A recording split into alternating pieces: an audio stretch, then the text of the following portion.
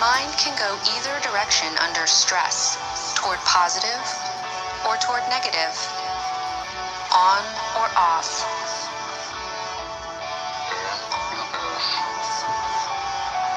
Think of it as a spectrum whose extremes are unconsciousness at the negative end and hyperconsciousness at the positive end. The way the mind will lean under stress is strongly influenced by training. Seek freedom and become captive of your desires. Seek discipline and find your liberty. Seek freedom and become captive of your desires. Seek discipline and find your liberty. Find your liberty.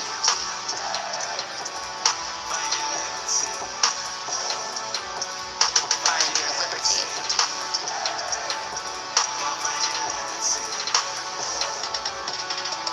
To know a thing well, know its limits. Only when pushed beyond its tolerance will its true nature be seen. The basic rule is this: never support weakness, always support strength. The test of a man isn't what you think he'll do, it's what he actually does. It's what he actually does. It's what he actually does. Seek freedom and become captive of your desires. Seek discipline and find your liberty. Seek freedom and become captive of your desires. Seek discipline and find your liberty. Find your liberty.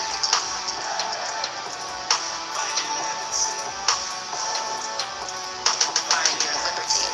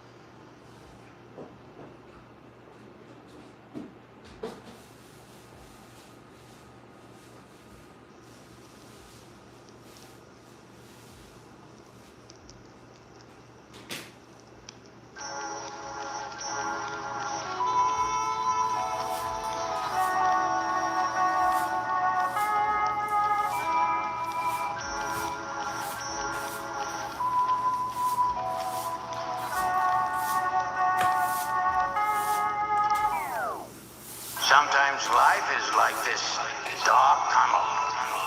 You can't always see the light at the end of the tunnel, but if you just keep moving, you will come to a better place. Akira. Just keep moving.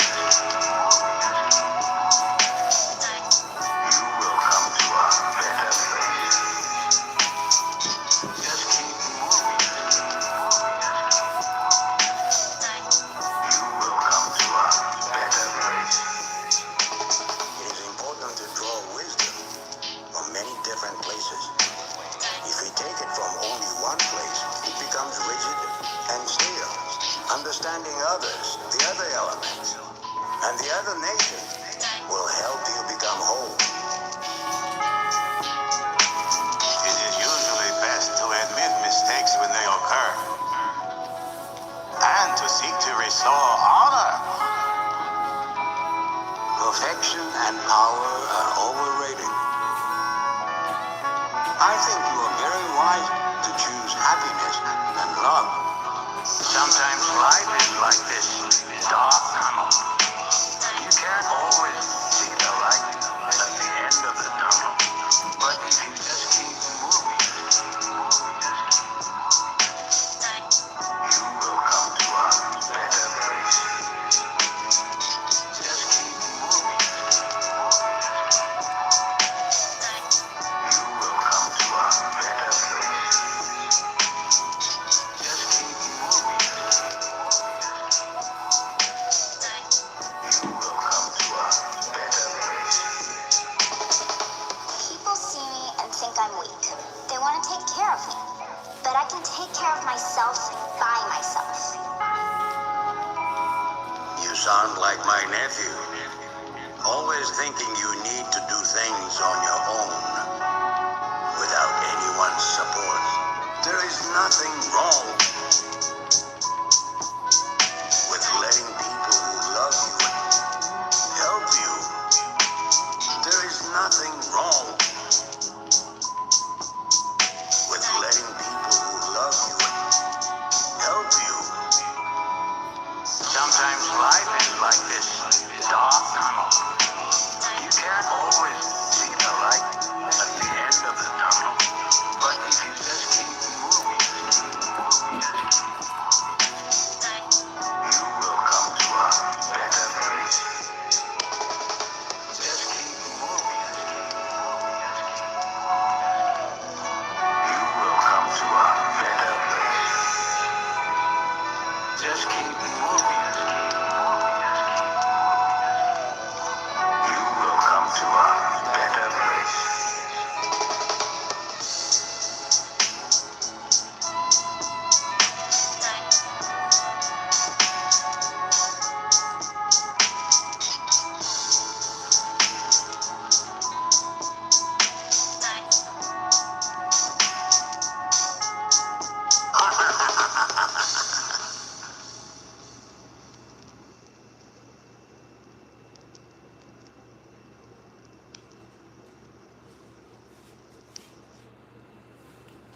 Nobody that has ever made a dent in the universe ever got there by going gently in the direction of their dreams. They took chances, calculated risks, and they braved the unknown. Comfort consistently played second fiddle to their demands and desired to accomplish. They fought tooth and nail to be the creation that they were called to be. Being galvanized by the fires of pain, regret, and failure, they walk on with complete disregard to perceived limitations. The if-I's and wish-I-would'ves haunt them from yesteryear. In turning a page, they blaze a new path as a new creation. Day by day, brick by brick, they build, stopping at nothing. Comfort zones are poison. Walk on. Comfort zones are poison. Walk on. Comfort zones are poison. Walk on. Comfort zones are poison. Walk on.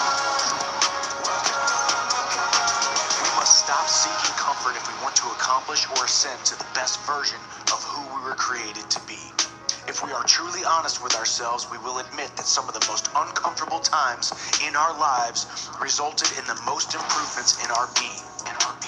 They hurt, but they made us feel alive.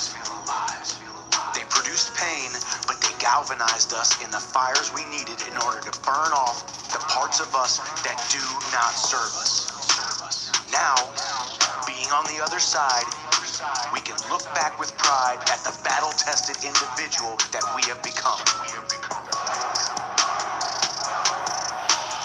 Once you have been through the trials that have been thrown at you, and you realize that you're not made of glass, you are emboldened with new armor and new equipment and a new perspective to step up into a new realm. Comfort zones are comfortable, but they lead down a smooth road to a living hell. Comfort zones are poison.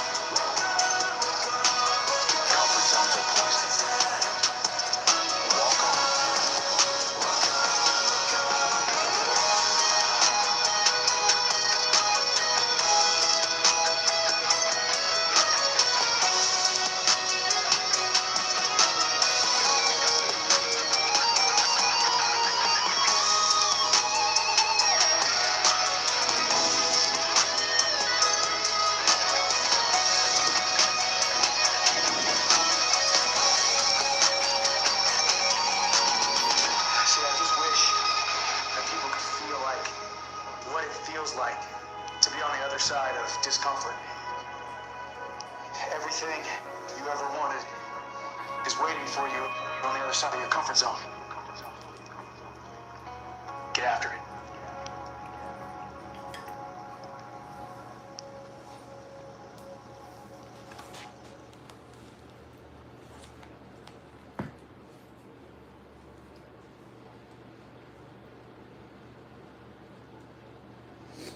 Okay, so this is my daily routine of reading, meditation, yoga, martial arts.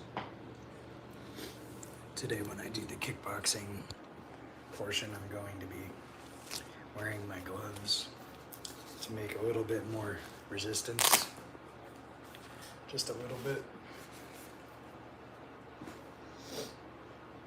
because I'm doing less upper body exercises during these 2 months of endurance training. More running. I've been running the last few days.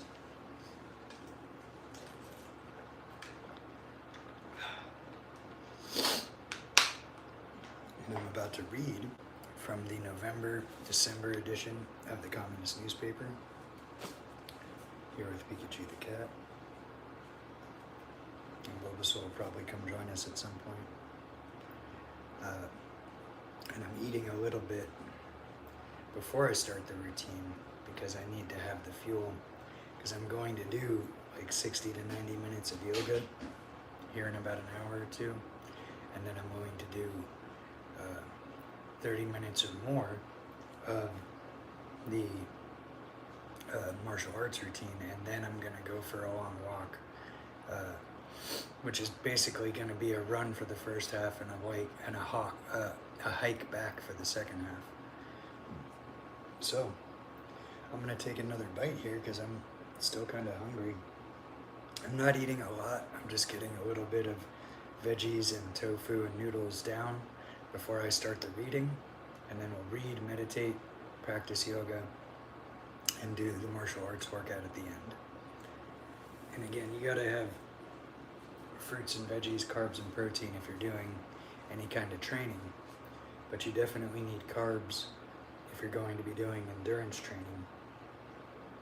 And this block I'm on is like 30 to 90 minute long, slow distance exercise. That is the goal every day. So I'm doing, I'll sit and read, then I'll meditate, then I do yoga, and then I do the martial arts workout, and then I go for a run, right? So it's like 30 minutes of each thing at least. Today I'm off work, so I'm trying to do more like an hour of each thing, of the yoga, the martial arts workout, and the walk or run later on.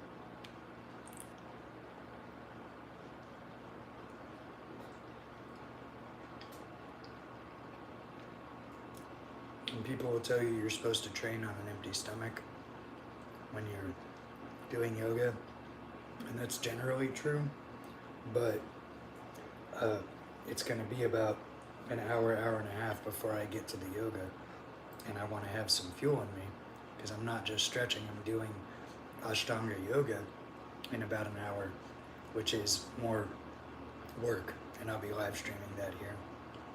So we're going to read, practice meditation on what we just read, or listening to further audiobooks, and then we're going to do the long version of the Ashtanga Yoga primary series. Then we're going to do the martial arts workout. And I encourage you to stick with me through the whole thing. And if you're watching this and you haven't prepared a snack for yourself, then I encourage you to go grab a protein bar and an energy drink before we start here, or have a cup of coffee and a protein bar or something like this.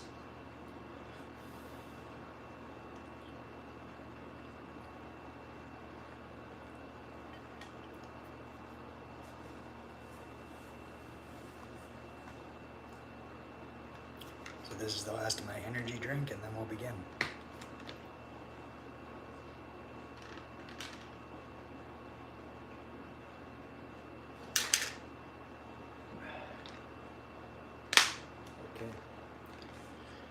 So that's enough caffeine to kill a small animal.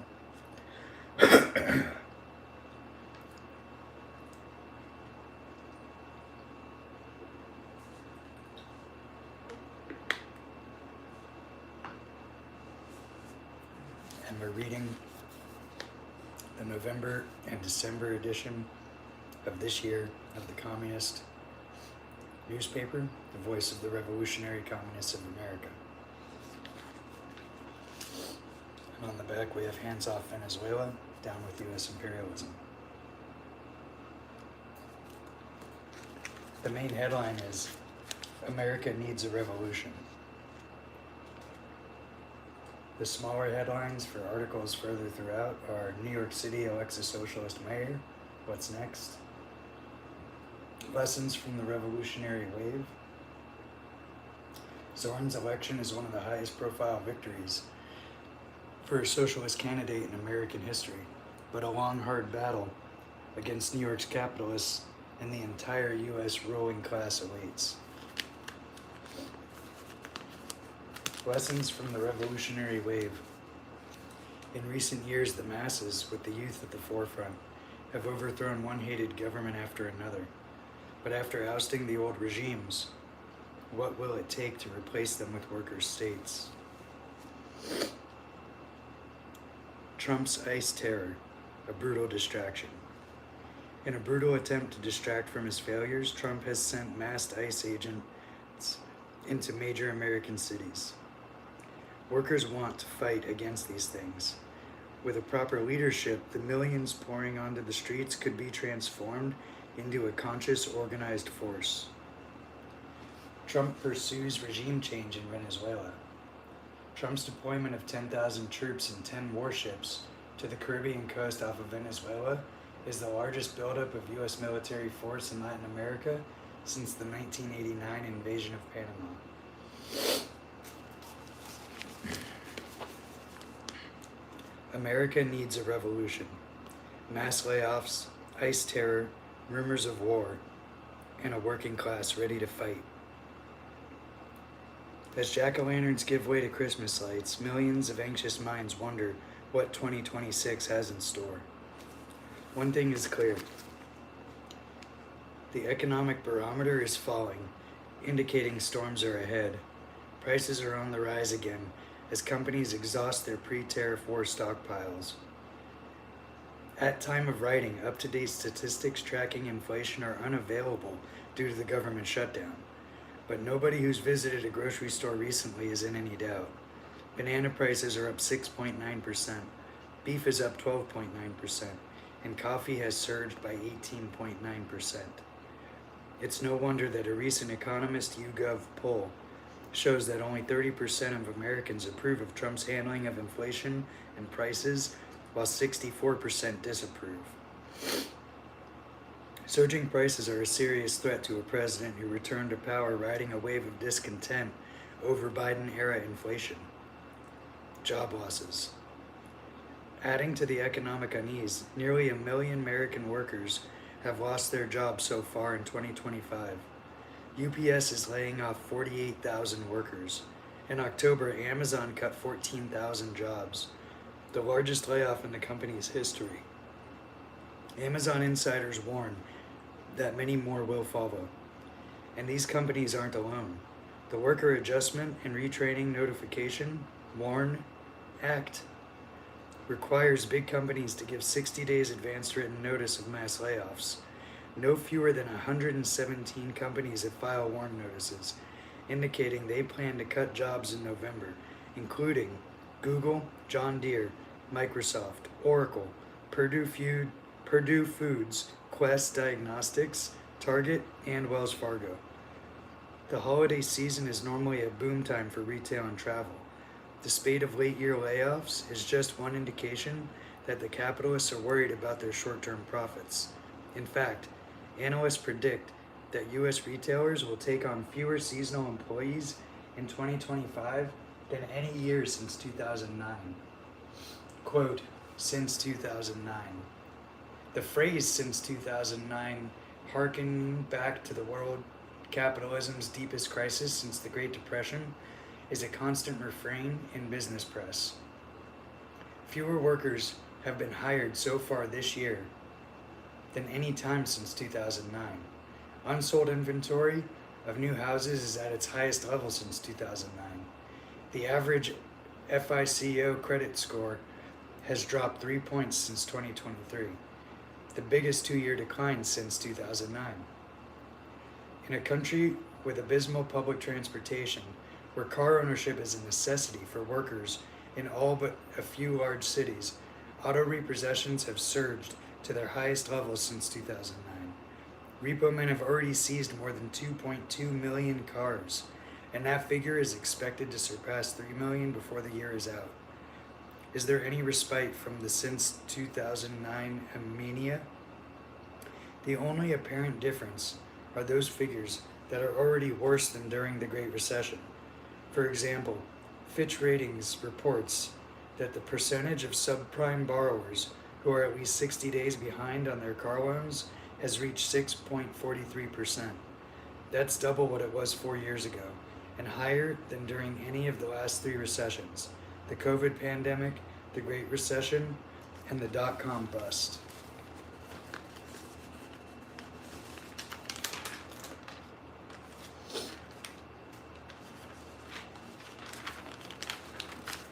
I'm continuing from the headline article, America Needs a Revolution.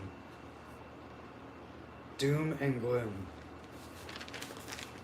The determining economic outlook only adds to the pervasive sense of pessimism and malaise that has gripped America since 2008.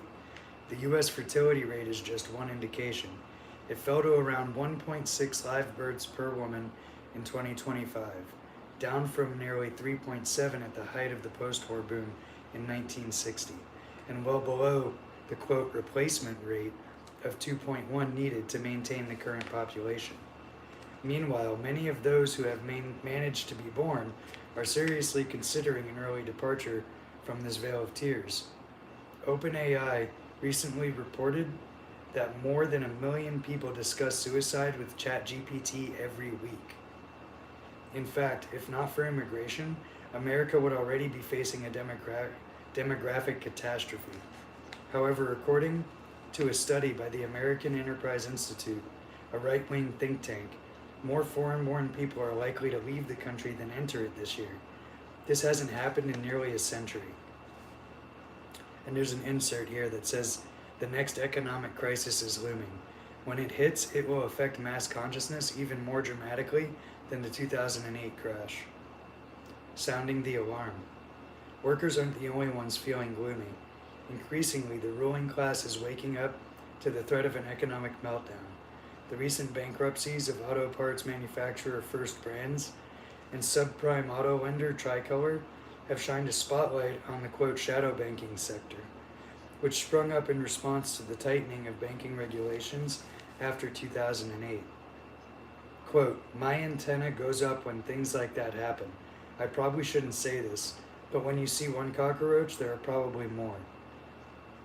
So said Jamie Dimon, chairman and CEO of JP Morgan Chase, commenting on the Tricolor collapse, which may end up costing his bank $170 million. He's not the only one sounding the alarm. Geeta Gopinath, the former chief economist of the IMF, predicts that the bursting of the AI bubble alone could wipe out $35 trillion of wealth from the world economy. Gopinath warns that the fallout from the AI bubble will be much worse than the dot-com bubble a quarter century ago. Unlike in 2000, growth faces strong headwinds, whipped up by American tariffs, Chinese critical mineral export controls, and growing uncertainty about where the global economic order is heading. With government debt levels at record heights, the ability to use fiscal stimulus, as was done in 2000, would be limited. To paraphrase the old Gospels, none shall know the day or hour, but regardless of when exactly it arrives, a major economic crisis is looming. When it hits, it will affect mass consciousness even more dramatically than the 2008 crash. Ruling class preparations. Someone will have to pay for this crisis, and the ruling class wants to make sure it's us. What is the class enemy preparing? By intensifying its war on the working class, both at home and abroad. Trump's warmongering in Latin America continues. He wants to roll back China's growing influence in the region which the American imperialists have always considered their, quote, backyard. For months, he's been obliterating small boats, claiming, without evidence, that the victims are narco-traffickers. In reality, they're most likely fishermen or low-level smugglers. Either way, the strikes amount to nothing less than cold-blooded murder. Now he's assembling an armada in the Caribbean, spearheaded by the USS General Ford, the largest warship ever constructed. His targets are Colombia, formerly the U.S.'s most reliable retainer in South America, and Venezuela, where a series of failed U.S.-backed coups since 2002 have been a black eye for American imperialism. Ultimately, he hopes to disrupt BRICS and secure access to Venezuela's vast oil reserves in advance of a new Israeli offensive in the Middle East, which could push oil prices sky high. Trump's attack on the working class at home are intensifying in parallel with his maneuvers abroad. November 1st saw headlines swell nationwide as SNAP benefits were cut off due to the government shutdown. And I'm a line cook. We've already seen a bunch of people show up, order food, eat, and then run without paying because they can't afford food, and it's either that or they're going to start robbing places because everyone in the USA is desperate right now. I go to food pantries even though I work full-time as a cook. Meanwhile, in cities like Portland, Oregon, Chicago, and New York, ICE is ramping up its campaign of terror against immigrant workers. Trump has no illusions that he can deport all of the estimated 14 million undocumented workers in the U.S. He knows that the capitalist class relies on exploiting their cheap labor. But by sending ICE to kick down doors and drag naked children through the streets, Trump hopes immigrant workers will be too frightened to fight back against their appalling wages and conditions. In turn, the existence of an especially vulnerable and terrorized section of the working class drives down wages and conditions for all workers, regardless of their immigration status. How can workers prepare? All indications are that the working class is spoiling for a fight. While liberal scaremongers see Trump's immigration crackdowns as the first step towards impending dictatorship, workers across America have shown fearless willingness to stand up to ICE. Far from being decisively crushed, the working class movement has barely started to flex its muscles. So far, resistance to the raids has been sporadic and uncoordinated, but that too will turn into its opposite. As the ruling class continues its preparations for the titanic class battles to come, so must the working class prepare for an intense period of struggle. Above all, that means organizing the most advanced workers to build a fighting communist party that can help guide and direct the struggle towards its ultimate victory, the revolutionary overthrow of capitalism. Zoran is New York's first socialist mayor. What's next in the fight against the billionaires? Zoran Mamdani's election as mayor of New York City is one of the highest profile victories for a socialist candidate in American history. In, quote, the capital of capitalism, the largest city in the most powerful imperialist country on earth, over 1 million people voted for a self-described democratic socialist in what the New York Times correctly described as a surge of anti-establishment discontent.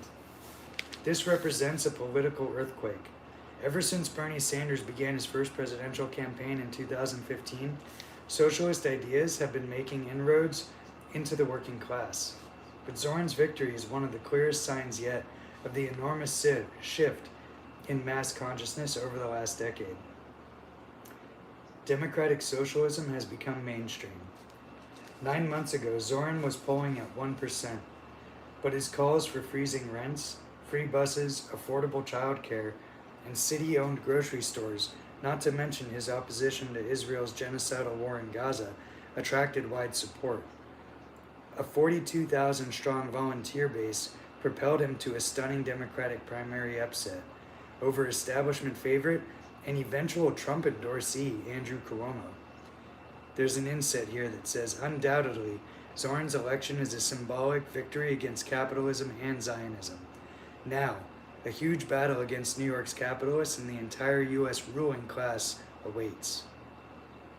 Since then, his volunteer has his volunteer base has swelled to 104,000 people, who knocked on 3 million doors and made 4.4 million phone calls in the lead up to Election Day. The New York chapter of the Democratic Socialists of America, the DSA, which has around 10,000 members, formed the backbone of this volunteer base. In the end, Cuomo's $40 million campaign and attack ads were no match for Zorin's ability to tap into working class rage. Zorin won the votes of many white-collar workers, but also won the majority of low-income areas like the Bronx.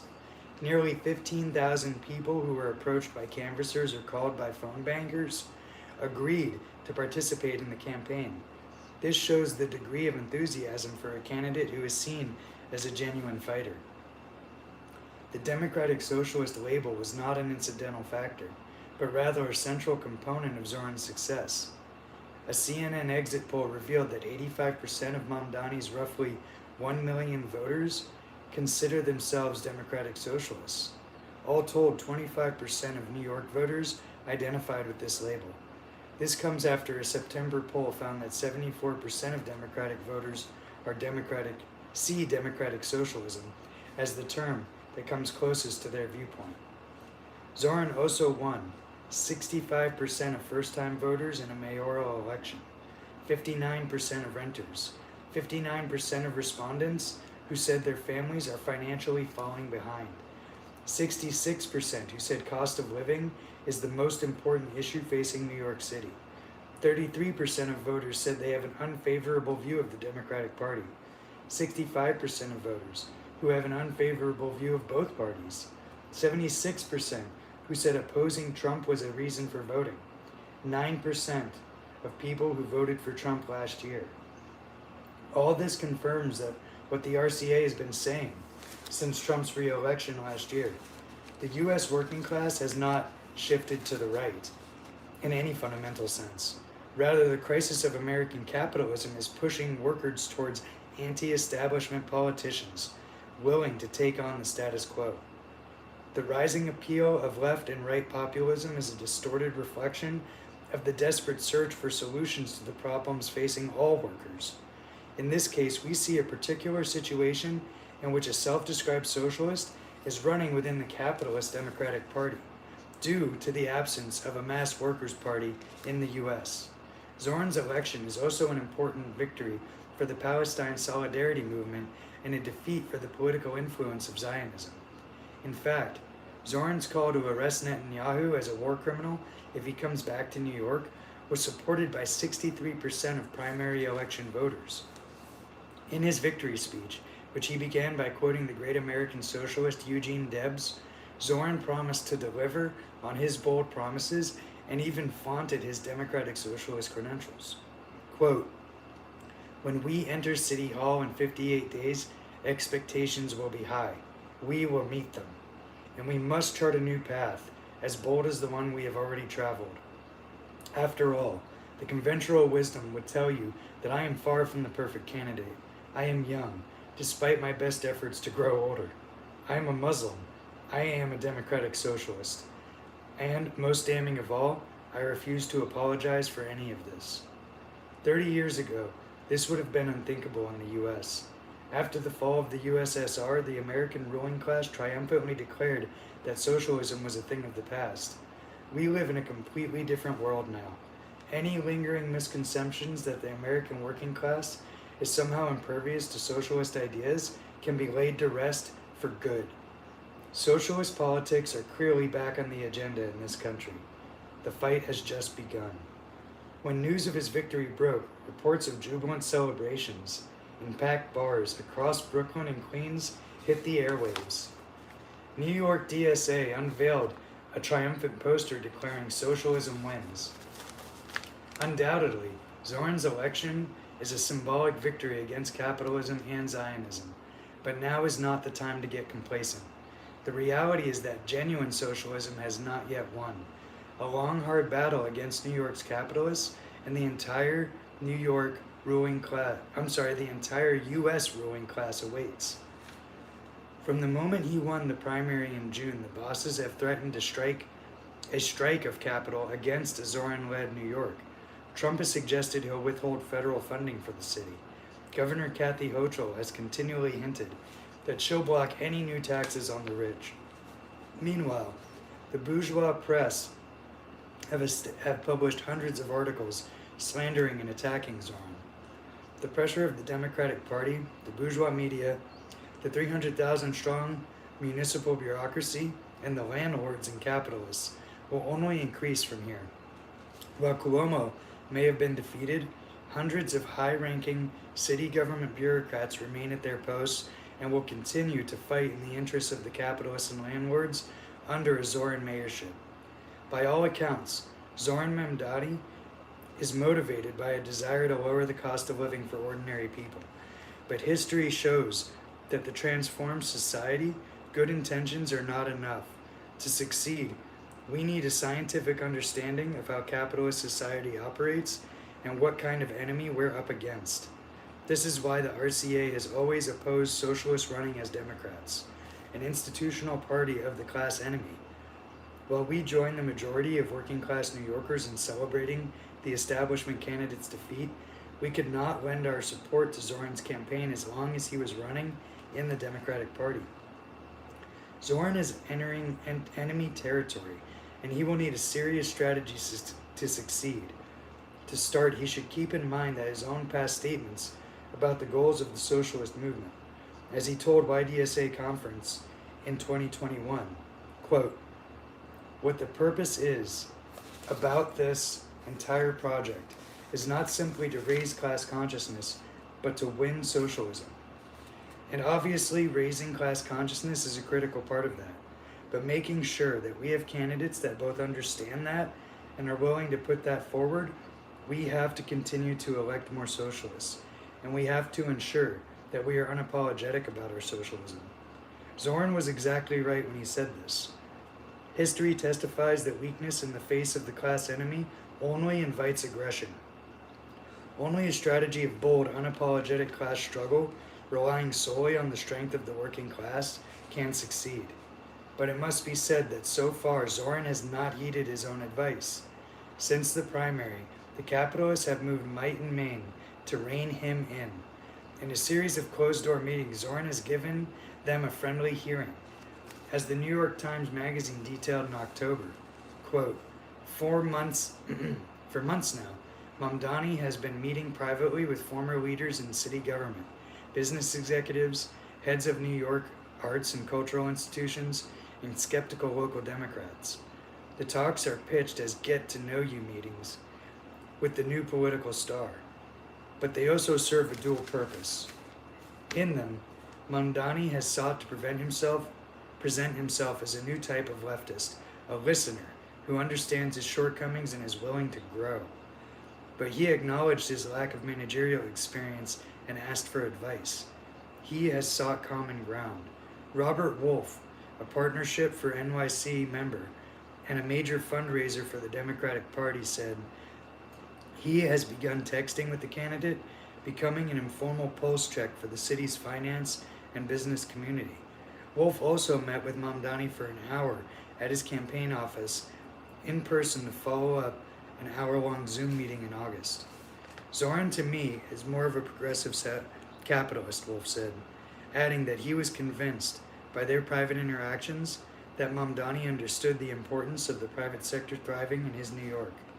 The Financial Times reported on the eve of the general election, quote, Mamdani has been working hard since the primary to broaden his appeal and prove to New Yorkers that he is no firebrand, assiduously courting constituencies that were initially hostile to his campaign, such as big business and Wall Street. He initially scared the moneyed elite, but since the primary, his message has become much more nuanced, says Catherine Wild, head of Partnership for NYC, an advocacy group representing some of the city's biggest private sector employers. Courting the class enemy is a dangerous game. The pressure put on him during these backroom meetings has already led to backtracking on Zoran's part. Over the summer, he vowed to, quote, discourage his supporters from using the slogan, globalize the Intifada, apologized to a large group of NYPD officers in a closed-door meeting for his statements during the 2020 George Floyd uprising, and quietly hinted that a rent freeze might need to be revisited after 4 years. He also assured, quote, business leaders that he is not committed to taxing the rich, and he's open to funding his programs through spending cuts of some kind. And on a personal note, the spending cuts always come on the backs of the working class. On top of this, he has hinted that he'll keep billionaire heiress Jessica Tirsch as police commissioner. Former U.S. President Barack Obama himself called Zorin twice over the summer. After praising his campaign, Obama reportedly gave advice on what kind of, quote, infrastructure Zorin would need to prepare in order to govern, and offered to be a, quote, sounding board for his proposals in the future. In the last year of office, Obama approved a 10-year, $38 billion military aid package for Israel, which would later be used to slaughter tens of thousands of Gazans. He's hardly a worthy sounding board for a candidate who won in large part due to his support for Palestinian rights.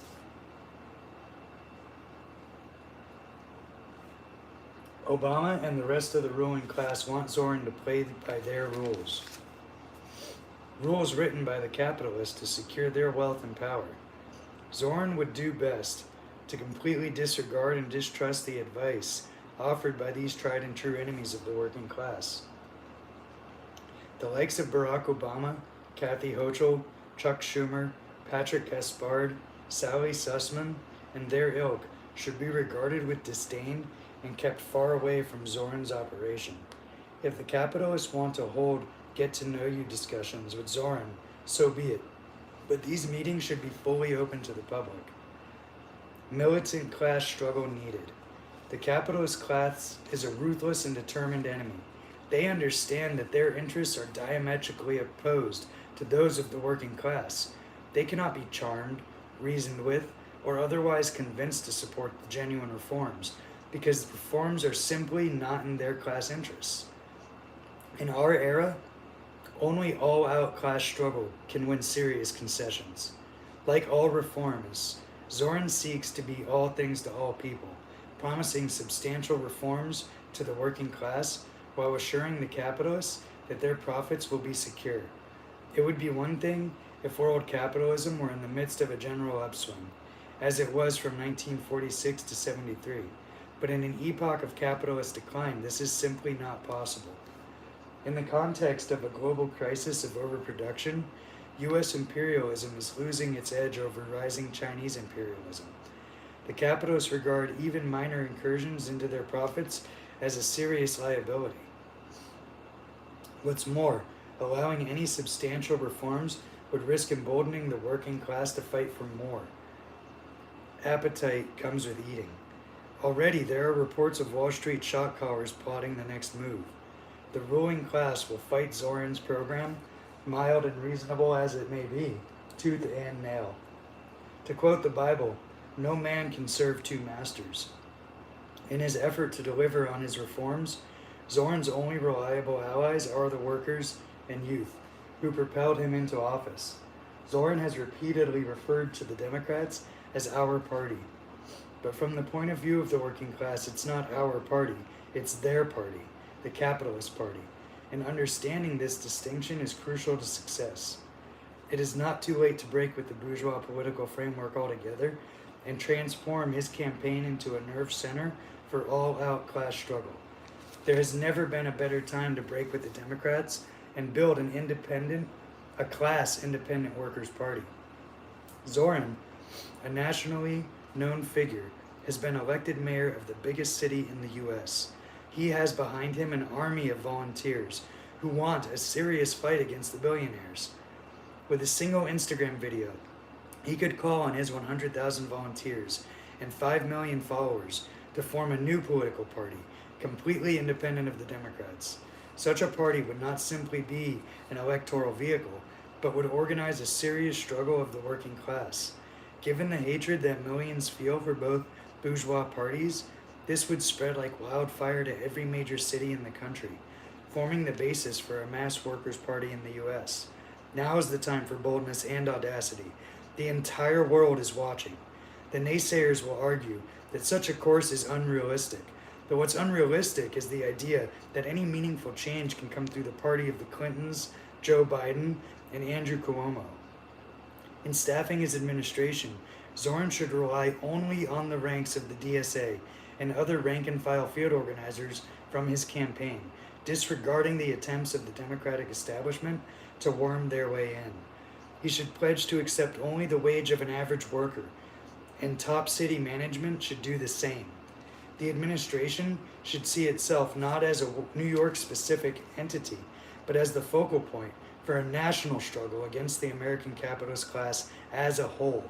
The problems workers in New York face are the same problems that crush workers across the country. Low wages, dwindling job opportunities, unaffordable housing, expensive food and health care, etc. Breaking publicly with the Democratic Party and appealing to the working class of the whole country would cut across the reactionary culture war divisions that plague American workers. On this basis, it would be possible to launch a national struggle for affordable housing with rent capped at 10% of income, well-paid union jobs to rebuild infrastructure, free public transportation, affordable child care, and a high-quality nationalized healthcare system. The stakes are high. If Zorn continues along the road of class collaboration, he will inevitably be forced to betray his base, regardless of his intentions. The media will highlight all the problems of capitalism in New York City, homelessness, joblessness, etc., as the inevitable results of, quote, socialism. This could tarnish the idea of socialism altogether. On the other hand, if Zorn takes this opportunity to launch a no-holds-barred struggle against the capitalist class, the socialist movement could turn U.S. politics upside down. Not closed-door meetings with the capitalists, but rather pickets, strikes, mass demonstrations, and general strikes in New York City, Albany, and across the country are the way forward. The comrades of the RCA will be in the thick of these battles, fighting alongside our class. We are eager to discuss the way forward with Zorn's supporters in New York City and across the country, and will continue to offer our perspectives for how the movement can succeed. We will support steadfast action and criticize backsliding. We are confident that the heyday of the socialist and communist movement in America is in the near future. So I'm going to stop reading there for now, and I'll continue on page 4 of the most recent edition of the Communist newspaper tomorrow. And for now, we're going to sit and meditate, thinking about what we just read and how it's related to the October Revolution from the perspective of Lenin. So what I'm going to do is I'm going to put on an audiobook of Lenin from a playlist of Lenin audiobooks and sit quietly for about 30 minutes in meditation. And I invite you to join me. I'm doing my daily routine of reading, meditation, yoga, and martial arts. And because I'm off work today and tomorrow, this is a longer version. So I just read for about 45 minutes instead of 30 minutes. We're still going to sit for just 30 minutes. But then we will do yoga for about an hour and a half. And then we'll do a martial arts workout.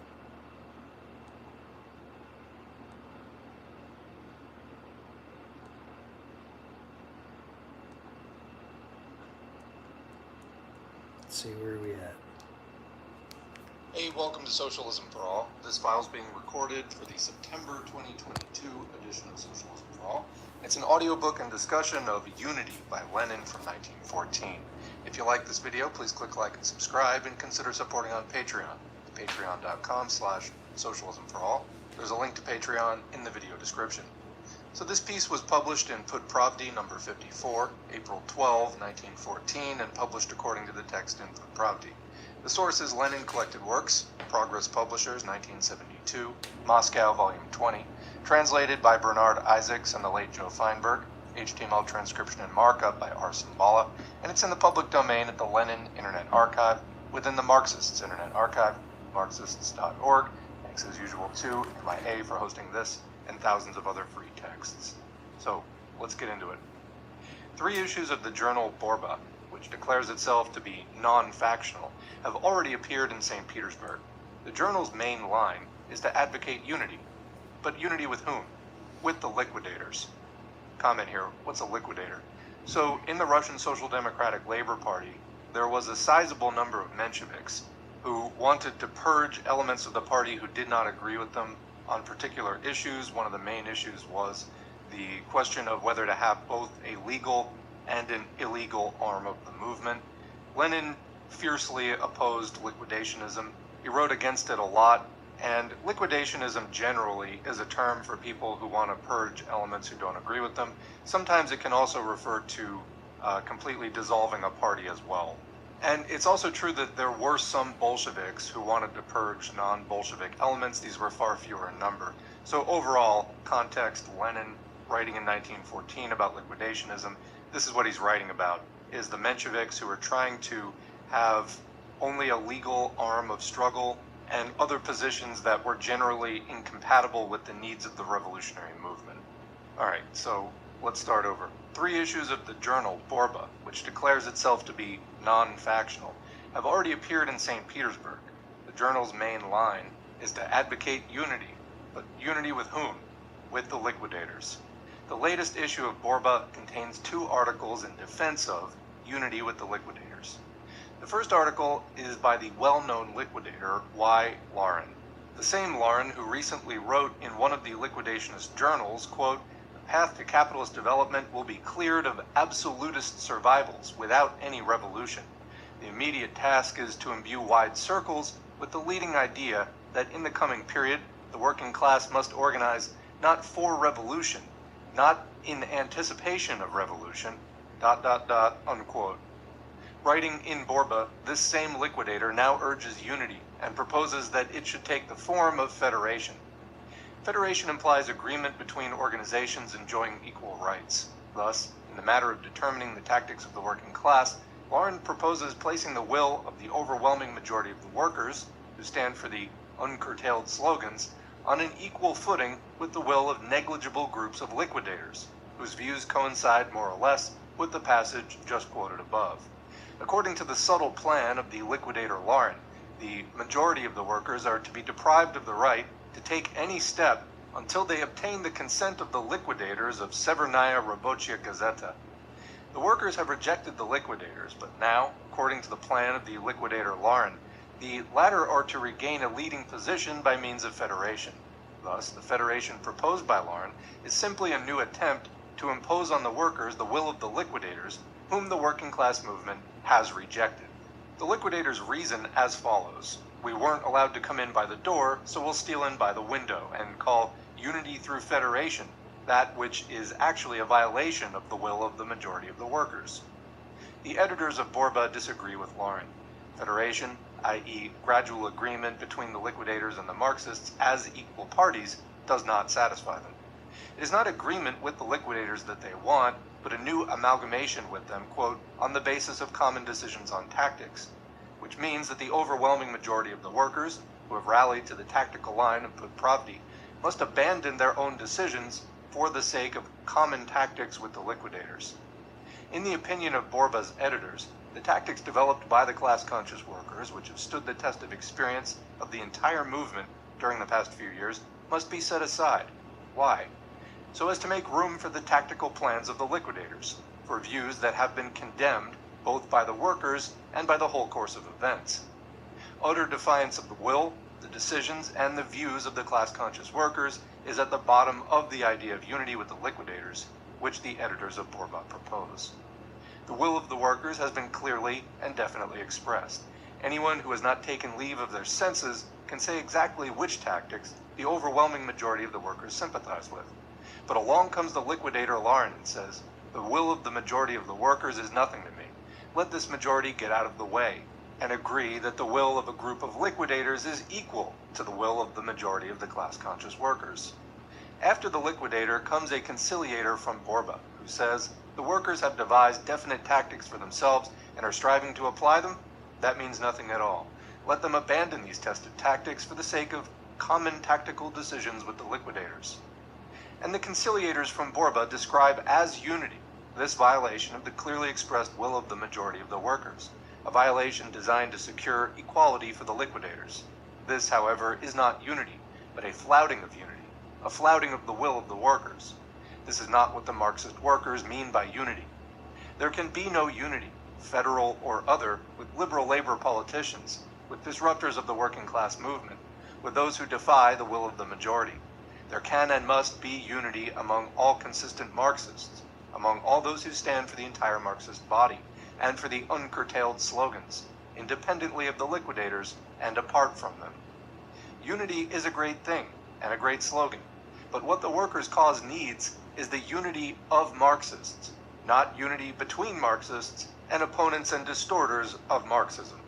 And we must ask everyone who talks about unity, unity with whom? With the liquidators? If so, we have nothing to do with each other. But if it is a question of genuine Marxist unity, we shall say, ever since the Pravdist newspapers appeared, we've been calling for the unity of all the forces of Marxism, for unity from below, for unity in practical activities. No flirting with the liquidators, no diplomatic negotiations with groups of wreckers of the corporate body. Concentrate all efforts on rallying the Marxist workers around the Marxist slogans, around the entire Marxist body. The class-conscious workers will regard as a crime any attempt to impose upon them the will of the liquidators. They will also regard as a crime the fragmentation of the forces of the genuine Marxists. For the basis of unity is class discipline, recognition of the will of the majority, and concerted activities in the ranks of and in step with that majority. We shall never tire of calling all the workers towards this unity, this discipline, and these concerted activities. That's the end of the audiobook. So this one, pretty brief, pretty clear. Lenin writing again against liquidationism, which he saw as being detrimental to the overall movement, which needed to struggle in every way that the workers were supporting and particularly organizing for revolution and in anticipation of revolution, etc. In other words, the uncurtailed slogans, not reining it in and calling it short and just resorting to reformism, etc. So the big problem here that Lenin was trying to avoid was trying to keep the Marxist movement out of the clutches of basically bourgeois collaborators. And we're going to do a number of readings about this, including the ideological struggle in the working class movement, disruption of unity under cover of outcries for unity, the bourgeois intelligentsia's methods of struggle against the workers, and others. So today, in 2022, when capitalism is going in deep crisis and workers are finally, it's still small, it's still kind of fringe, but it is growing. More and more working people, especially people, let's say under 50, are going towards Marxism, are looking for some real socialist way out of the current situation. This channel and others like it exist to help with those efforts. Well, we also see wreckers and all sorts of bourgeois influences trying to steer that movement toward collaboration with various capitalist factions, whether it's the Democratic Party, whether it's MAGA, whatever it is, and we need to keep it out of the clutches of those movements. We need unity of Marxists, not unity between Marxists and wreckers and distorters and opponents of Marxism. All right, we're going to leave it there. What do you think? Leave a question or comment below. We'll continue the discussion in the comments as always. Otherwise, thanks for listening. And thanks to the current patrons whose names are on the screen. If you'd like to get your name on the screen, head to patreon.com/socialismforall. We don't run ads or do sponsorships or anything like that here on the channel. So this support is vital. I have bills to pay, and it allows me to spend a lot more time on this channel than I'd be able to do otherwise. Hey, welcome to Socialism for All. This file is being recorded for the February 2022 edition of Socialism for All. And it's an audiobook and discussion of The Defeat of One's Own Government in the Imperialist War by Lenin from 1915. If you like this video, please click like and subscribe, and consider supporting on Patreon at patreon.com/socialismforall. You can find a link to the Patreon in the video description. So this piece was originally published in Social Democrat number 43, July 26, 1915, and published here according to the text in Social Democrat. The source is Lenin Collected Works, Progress Publishers, 1974, Moscow, Volume 21. HTML transcription and markup by D. Walters and R. Simbala, and it's in the public domain at the Lenin Internet Archive within the Marxists Internet Archive, marxists.org. Thanks as usual to MIA for hosting this file and thousands of other free Marxist texts. Please go support them and or volunteer for them. So let's get into the text. During a reactionary war, a revolutionary class cannot but desire the defeat of its own government.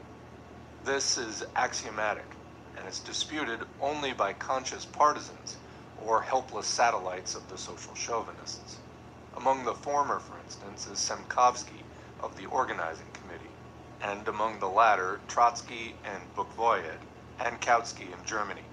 To desire Russia's defeat, Trotsky writes, is, quote, an uncalled for and absolutely unjustifiable concession to the political methodology of social patriotism, which would replace the revolutionary struggle against the war and the conditions causing it with an orientation, highly arbitrary in the present conditions, toward the lesser evil, unquote.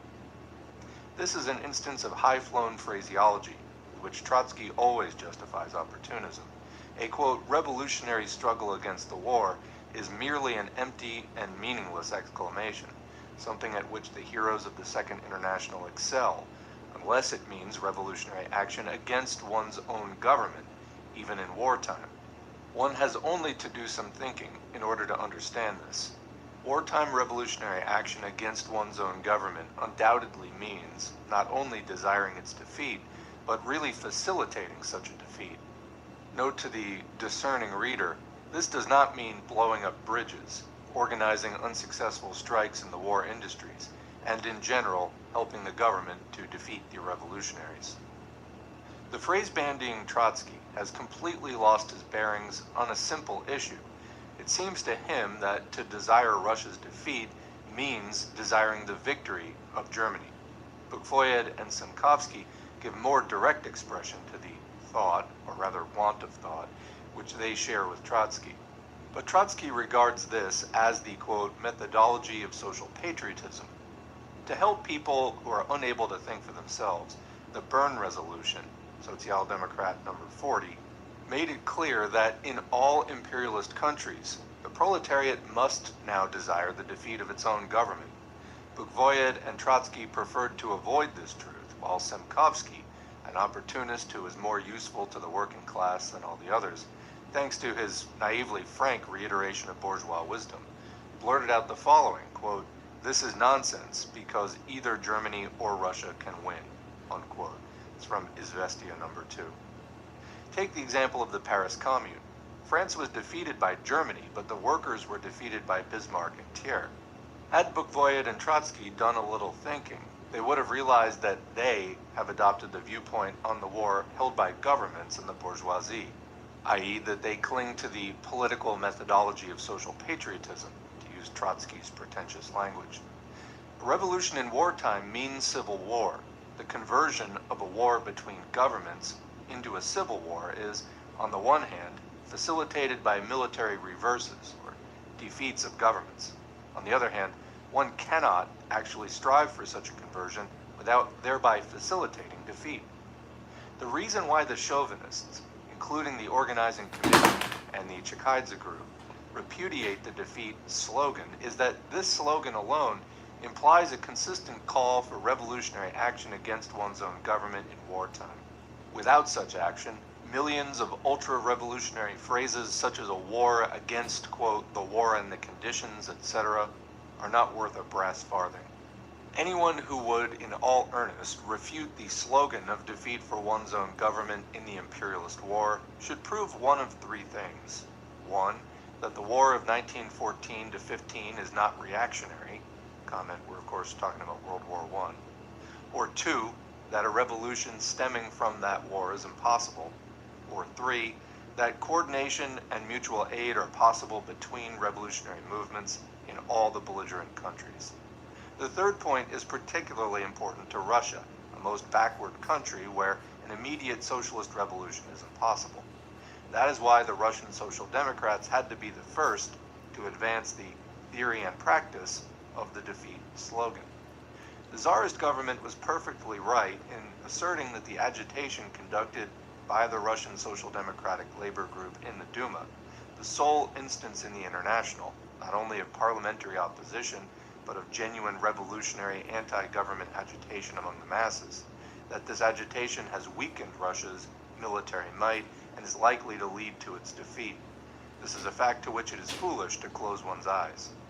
The opponents of the defeat slogan are simply afraid of themselves when they refuse to recognize the very obvious fact of the inseparable link between revolutionary agitation against the government and helping to bring about its defeat. Are coordination and mutual aid possible between the Russian movement, which is revolutionary in the bourgeois democratic sense, and the socialist movement in the West? No socialist who has publicly spoken on the matter during the last decade has doubted this.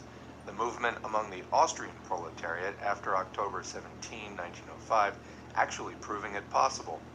There's a footnote there, the thing about Austria. This refers to the Tsar's manifesto, promulgated on October 17, 1905. It promised civil liberties and a, quote, legislative Duma. The manifesto was a concession wrested from the Tsarist regime by the revolution, but that concession by no means decided the fate of the revolution, as the liberals and Mensheviks claimed. The Bolsheviks exposed the real meaning of the manifesto and called upon the masses to continue the struggle and overthrow the autocracy. The first Russian Revolution exerted a great revolutionizing influence on the working class movement in other countries, in particular in Austria-Hungary. Lenin pointed out that the news about the Tsar's concession and his manifesto with its promise of liberties, quote, played a decisive part in the final victory of universal suffrage in Austria. Mass demonstrations took place in Vienna and other industrial cities in Austria-Hungary. In Prague, barricades were put up. As a result, universal suffrage was introduced in Austria. Back to the main text. Ask any social democrat who calls himself an internationalist whether or not he approves of an understanding between the social democrats of the various belligerent countries on joint revolutionary action against all belligerent governments. Many of them will reply that it is impossible, as Kautsky has done in Die Neue Zeit, October 2, 1914, thereby fully proving his social chauvinism. This, on the one hand, is a deliberate and vicious lie which clashes with the generally known facts and the Basel Manifesto. On the other hand, if it were true, the opportunists would be quite right in many respects. Many will voice their approval of such an understanding. To this, we shall say, if this approval is not hypocritical, it is ridiculous to think that in wartime and for the conduct of a war, some, quote, formal understanding is necessary, such as the election of representatives, the arrangement of a meeting, the signing of an agreement, and the choice of the day and hour. Only the Semkovskys are capable of thinking so. An understanding on revolutionary action, even in a single country, to say nothing of a number of countries, can be achieved only by the force of the example of serious revolutionary action, by launching such action and developing it. However, such action cannot be launched without desiring the defeat of the government and without contributing to such a defeat. Conversion of the imperialist war into a civil war cannot be made any more than a revolution can be made. It develops out of a number of diverse phenomena, aspects, features, characteristics, and consequences of the imperialist war. That development is impossible without a series of military reverses and defeats of governments that receive blows from their own oppressed classes. To repudiate the defeat slogan means allowing one's revolutionary ardor to degenerate into an empty phrase or sheer hypocrisy. What is the substitute proposed for the defeat slogan? It is that of, quote, neither victory nor defeat, quoting Semkovsky in Izvestia number 2, also the entire organizing committee in Izvestia number 1. This, however, is nothing but a paraphrase of the, quote, defense of the fatherland slogan. It means shifting the issue to the level of a war between governments, who, according to the content of this slogan, are to keep their old stand quote, retain their positions, and not to the level of the struggle of the oppressed classes against their governments. It means justifying the chauvinism of all the imperialist nations, whose bourgeoisie are always ready to say, and do say to the people, that they are, quote, only fighting, quote, against defeat. Quote, the significance of our August 4 vote was that we are not for war, but against defeat, unquote. David, a leader of the opportunists, writes in his book, the organizing committee, together with Bukboyed and Trotsky, stand on fully the same ground as David when they defend the neither victory nor defeat slogan. On closer examination, this slogan will be found to mean a class truce, the renunciation of the class struggle by the oppressed classes in all belligerent countries, since the class struggle is impossible without dealing blows at one's, quote, own bourgeoisie, one's own government, whereas dealing a blow at one's own government in wartime is, for Bukboyed's information, high treason, means contributing to the defeat of one's own country.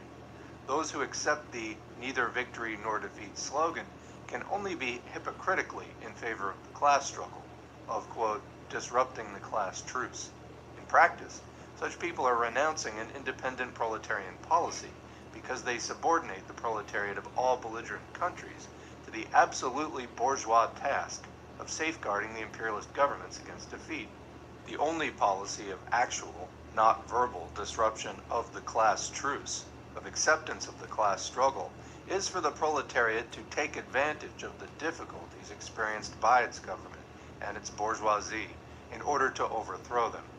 This, however, cannot be achieved or striven for without desiring the defeat of one's own government and without contributing to that defeat. When, before the war, the Italian Social Democrats raised the question of a mass strike, the bourgeoisie replied, no doubt correctly from their own point of view, that this would be high treason, and that Social Democrats, this just meant Marxists back at that time, this was before the Social Democrat communist split that we would recognize today, and that Social Democrats would be dealt with as traitors. That is true, just as it is true that fraternization in the trenches is high treason. Those who write against, quote, high treason, as Bukboyed does, or against the, quote, disintegration of Russia, as Semkovsky does, are adopting the bourgeois, not the proletarian point of view.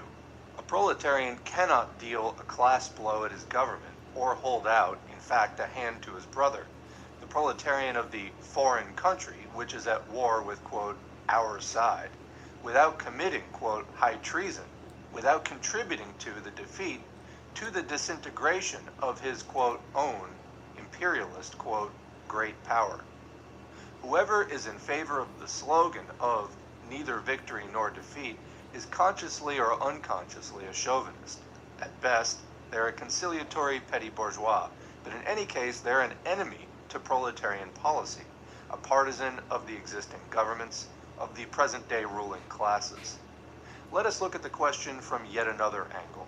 The war cannot but evoke among the masses the most turbulent sentiments, which upset the usual sluggish state of mass mentality. Revolutionary tactics are impossible if they are not adjusted to these new turbulent sentiments. What are the main currents of these turbulent sentiments? They are 1. Horror and despair, hence a growth of religious feeling. Again, the churches are crowded, the reactionaries joyfully declare, quote, wherever there is suffering, there is religion, says the arch-reactionary Barr. He is right, too. 2. Hatred of the, quote, enemy, a sentiment that is carefully fostered by the bourgeoisie, though not so much by the priests, and is of economic and political value only to the bourgeoisie. 3. Hatred of one's own government and one's own bourgeoisie, the sentiment of all class-conscious workers who understand, on the one hand, that war is a, quote, continuation of the politics of imperialism, which they counter by a continuation of their hatred of their class enemy, and, on the other hand, that a war against war is a banal phrase unless it means a revolution against their own government. Hatred of one's own government and one's own bourgeoisie cannot be aroused unless their defeat is desired. One cannot be a sincere opponent of a civil, i.e. class truce, without arousing hatred of one's own government and bourgeoisie.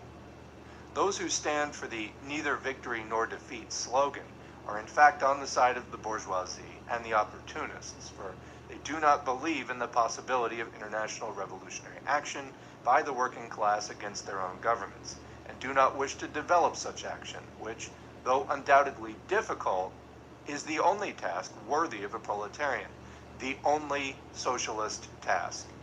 It is the proletariat in the most backward of the belligerent great powers which, through the medium of their party, had to adopt, especially in view of the shameful treachery of the German and French Social Democrats, revolutionary tactics that are quite unfeasible unless they contribute to the defeat of their own government, but which alone lead to a European revolution, to the permanent peace of socialism, to the liberation of humanity from the horrors, misery, savagery, and brutality now prevailing. That's the end of the audiobook. I think this one pretty much speaks for itself. What do you think? Leave a comment or question below. We'll continue the discussion there. Otherwise, thanks for listening.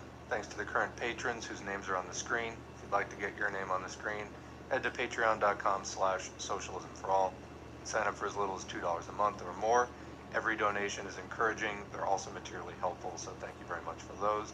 If you'd like to help out without making a financial contribution, liking, sharing, subscribing, and commenting, even if it's just good video or thanks, all of that helps to boost the video and the channel in the YouTube algorithm, as well as sharing it on social media just directly exposes it to new people who maybe have never heard of the channel before. Back in the real world, join an organization, because all the agitation and education in the world isn't going to help if you don't get organized, so definitely do that. Otherwise, thanks again for watching, and we'll catch you in the next video. Hey, welcome to Socialism for All. This file is being recorded for the May 2021 edition of Socialism for All, and it's an audiobook of On the Two Lines in the Revolution by Lenin from 1915. If you like this video, please click like and subscribe, and consider supporting us on Patreon. There's a link to the Patreon in the video description. So, this is an audiobook of On the Two Lines in the Revolution, published in Social Democrat number 48, November 20, 1915, and published according to that text. The source is Lenin Collected Works, Progress Publishers, 1974, Moscow, Volume 21.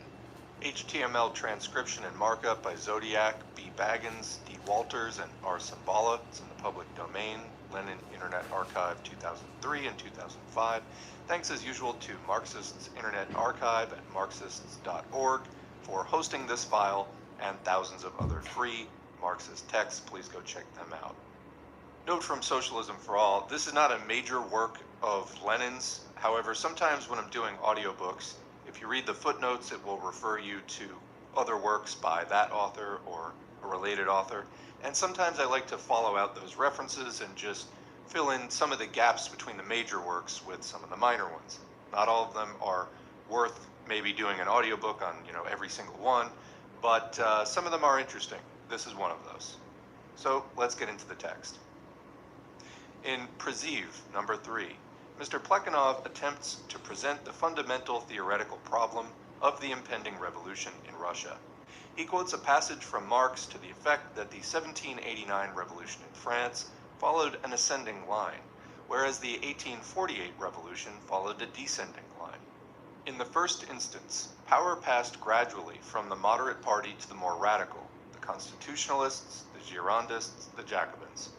In the second instance, the reverse took place. The proletariat, the petty bourgeois Democrats, the bourgeois Republicans, Napoleon III. It is desirable, our author infers, quote, that the Russian Revolution should be directed along an ascending line, unquote, i.e. that power should first pass to the cadets and Octobrists, then to the Trudovics, then to the socialists. The conclusion to be drawn from this reasoning is, of course, that the left wing in Russia is unwise in not wishing to support the cadets and in prematurely discrediting them.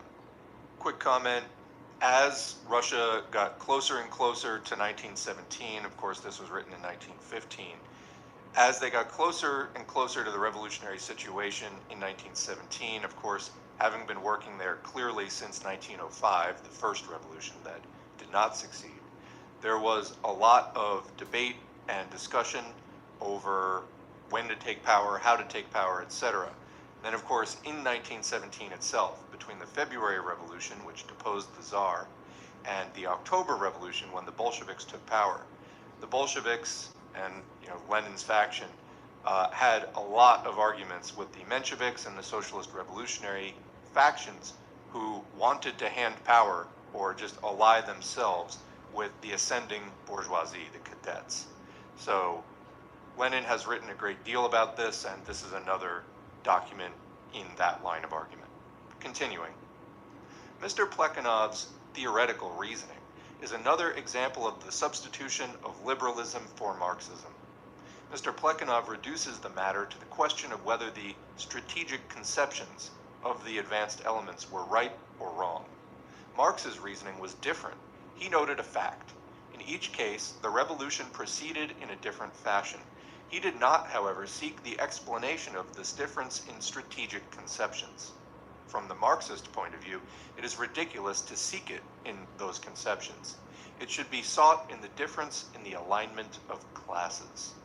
Marx himself wrote in 1789, the French bourgeoisie united with the peasantry, and that in 1848, petty bourgeois democracy betrayed the proletariat. Mr. Plekhanov knows Marx's opinion on the matter, but he does not mention it, because he wants to depict Marx as looking like Struve. In the France of 1789, it was a question of overthrowing absolutism and the nobility. At the then prevalent level of economic and political development, the bourgeoisie believed in a harmony of interests. It had no fears about the stability of its rule and was prepared to enter into an alliance with the peasantry. That alliance secured the complete victory of the revolution. In 1848, it was a question of the proletariat overthrowing the bourgeoisie. The proletariat was unable to win over the petty bourgeoisie, whose treachery led to the defeat of the revolution. The ascending line of 1789 was a form of revolution in which the mass of the people defeated absolutism. The descending line of 1848 was a form of revolution in which the betrayal of the proletariat by the mass of the petty bourgeoisie led to the defeat of the revolution. Mr. Plekhanov is substituting vulgar idealism for Marxism when he reduces the question to one of, quote, strategic conceptions, not the alignment of classes. The experience of the 1905 revolution and of the subsequent counter-revolutionary period in Russia teaches us that in our country, two lines of revolution could be observed, in the sense that there was a struggle between two classes, the proletariat and the liberal bourgeoisie, for leadership of the masses. The proletariat advanced in a revolutionary fashion and was leading the democratic peasantry towards the overthrow of the monarchy and the landowners. That the peasantry revealed revolutionary tendencies in the democratic sense was proved on a mass scale by all the great political events. The peasant insurrections of 1905 and 1906, the unrest in the army in the same years, the Peasants' Union of 1905, and the first two Dumas, in which the peasant Trudoviks stood not only, quote, to the left of the cadets, but were also more revolutionary than the intellectual social revolutionaries and Trudoviks. Unfortunately, this is often forgotten, but still it is a fact. Both in the third and in the fourth Dumas, the present Trudoviks, despite their weakness, showed that the peasant masses were opposed to the landed proprietors. The first line of the Russian bourgeois democratic revolution, as deduced from the facts and not from strategic prattle, was marked by a resolute struggle of the proletariat, which was irresolutely followed by the peasantry. Both these classes fought against the monarchy and the landowners. The lack of strength and resolution in these classes led to their defeat, although a partial breach was made in the edifice of the autocracy. The behavior of the liberal bourgeoisie was the second line. We Bolsheviks have always affirmed, especially since the spring of 1906, that this line was represented by the cadets and Octoberists as a single force. The 1905 to 1915 decade has proved the correctness of our view. At the decisive moments of the struggle, the cadets, together with the Octoberists, betrayed democracy and went to the aid of the Tsar and the landowners. The liberal line of the Russian Revolution was marked by the pacification and the fragmentary character of the masses' struggle so as to enable the bourgeoisie to make peace with the monarchy. The international background to the Russian Revolution and the strength of the Russian proletariat rendered this behavior of the liberals inevitable. The Bolsheviks helped the proletariat consciously to follow the first line, to fight with supreme courage, and to lead the peasants. The Mensheviks were constantly slipping into the second line. They demoralized the proletariat by adapting its movement to the liberals, from the invitation to enter the Bulygin Duma, August 1905, to the cadet cabinet in 1906, and the bloc with the cadets against democracy in 1907. From Mr. Plekhanov's point of view, we will observe parenthetically the, quote, correct strategic conceptions of the cadets and the Mensheviks suffered a defeat at the time. Why was that? Why did the masses not pay heed to the wise counsels of Mr. Plekhanov and the cadets, which were publicized 100 times more extensively than the advice from the Bolsheviks? Only these trends, the Bolshevik and the Menshevik, manifested themselves in the politics of the masses in 1904 to 08, and later in 1908 to 14. Why was that? It was because only these trends had firm class roots, the former in the proletariat, the latter in the liberal bourgeoisie. Quick comment just for clarity here, for any newcomers, Bolsheviks were the hardline Marxists, later became the communists. The Mensheviks were more of what we would call like radlibs and social democrats today. Today's Bolsheviks tend to favor an independent left. Today's Mensheviks tend to favor joining with the Democratic Party, for example. Back to the text. Today, we are again advancing towards a revolution. Everybody sees that. Khvostov himself says that the mood of the peasants is reminiscent of 1905 to 06. And again, we see the same two lines in the revolution, the same alignment of classes, only modified by a changed international situation. In 1905, the entire European bourgeoisie supported Tsarism and helped it either with their thousands of millions, the French, or by training a counter-revolutionary army, the Germans. In 1914, the European war flared up. Comment, that was World War I. Everywhere, the bourgeoisie vanquished the proletariat for a time and swept them into the turbid spate of nationalism and chauvinism. Comment, war support, jingoism, war hysteria. In Russia, as hitherto, the petty bourgeois masses of the people, primarily the peasantry, form the majority of the population. They are oppressed first and foremost by the landowners. Politically, part of the peasantry are dormant, and part vacillate between chauvinism, quote, the defeat of Germany, quote, defense of the fatherland, and revolutionary spirit. The political spokesmen of these masses and of their vacillation are, on the one hand, the Narodniks, Trudoviks and social revolutionaries, and on the other hand, the opportunist social democrats, Nasha Diello, Plekhanov, the Chikaidze Group, the organizing committee, who since 1910 have been determinedly following the road of liberal labor politics, and in 1915 have achieved the social chauvinism of Patrusov, Cherovanin, Levitsky, and Maslov, or have demanded, quote, unity with them. Just a quick comment here for more perspective. So basically at this time in Russia, you still had an autocracy, the monarchy, the Tsar. That was really the official rulership of the country. And then beneath that, due to the economic system, you have what Lenin is describing here, two main classes that are starting to gain some kind of power and self-awareness. You have the bourgeoisie, who, although they exist, are not yet the dominant ruling power, the Tsar is. And then you also have the peasantry, proletariat, and other working classes gaining some kind of a self-awareness and lining up, as a political force to be reckoned with in some way. So at this point, when Lenin's writing, you're still over a year out from the February Revolution of 1917, in which the Tsar was deposed. So pretty much at this time, these different groups, and as Lenin identifies, the two main groups are the bourgeoisie, basically the cadet party, and then the Mensheviks and social revolutionaries are kind of allying with them, not with the working classes.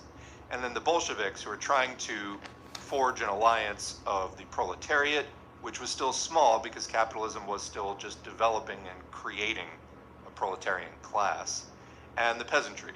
So each side is basically saying, we think that the Tsar is going to be overthrown soon, and they're jockeying for power.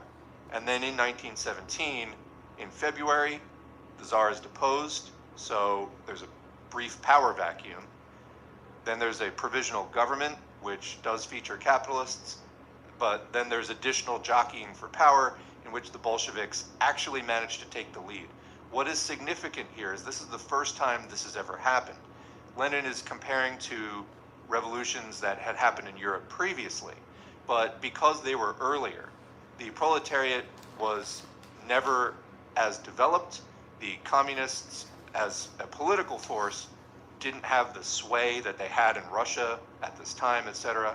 So basically, although some amount of proletarians existed in the countries that had had an anti-monarchist or bourgeois Republican revolution previously in Europe, this was the first time that a communist political interest was able to rally the proletarians and the peasantry into an alliance that actually took power.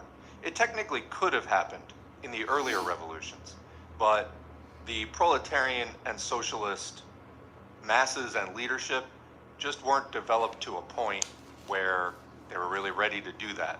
I say that they technically could have because if the monarchy's overthrown, there's a power vacuum. Somebody else is going to step into that. However, at those times, the bourgeoisie was far more advanced and class conscious of itself and ready to advance its interests and step into that power vacuum. This situation in Russia in the early 20th century was the first time that we saw an organized class conscious working class able to step up and fill that vacuum, then take power and actually start building socialism. Now, of course, Russia was more backwards in terms of the industrialization. A lot of Europe had done that industrialization under capitalist bourgeois leadership. So the socialists, the Bolsheviks and their allies at that time, had to basically go through that industrialization that normally, or not normally, but every time previously had happened under capitalism. They had to figure out how to do it themselves, more or less. Anyway, all of this is very interesting. The early history of the Soviet Union is one of a lot of creative problem solving, and in the theoretical domain, trying to stay on course in terms of Marxist theory and staying on track with socialism, not letting the bourgeoisie gain the upper hand again, but actually pushing onward through history, holding on to power. It's kind of fascinating, actually. Okay, back to the text. This state of affairs patently indicates the task of the proletariat.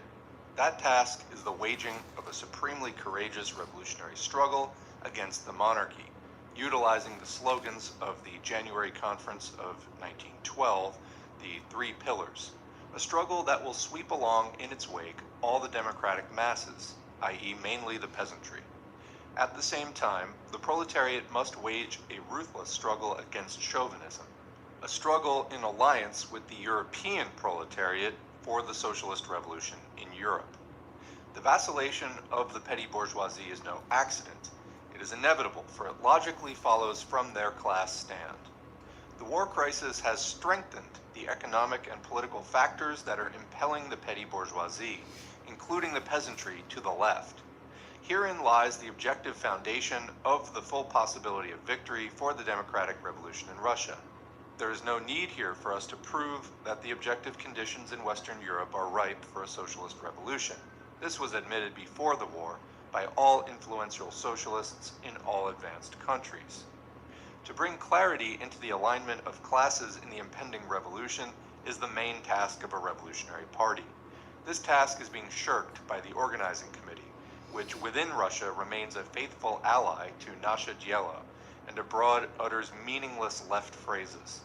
This task is being wrongly tackled in Nasha Slovo by Trotsky, who is repeating his, quote, original 1905 theory, and refuses to give some thought to the reason why, in the course of 10 years, life has been bypassing this splendid theory. From the Bolsheviks, Trotsky's original theory has borrowed their call for a decisive proletarian revolutionary struggle and for the conquest of political power by the proletariat, while from the Mensheviks it has borrowed repudiation of the peasantry's role. The peasantry, he asserts, are divided into strata, have become differentiated. Their potential revolutionary role has dwindled more and more.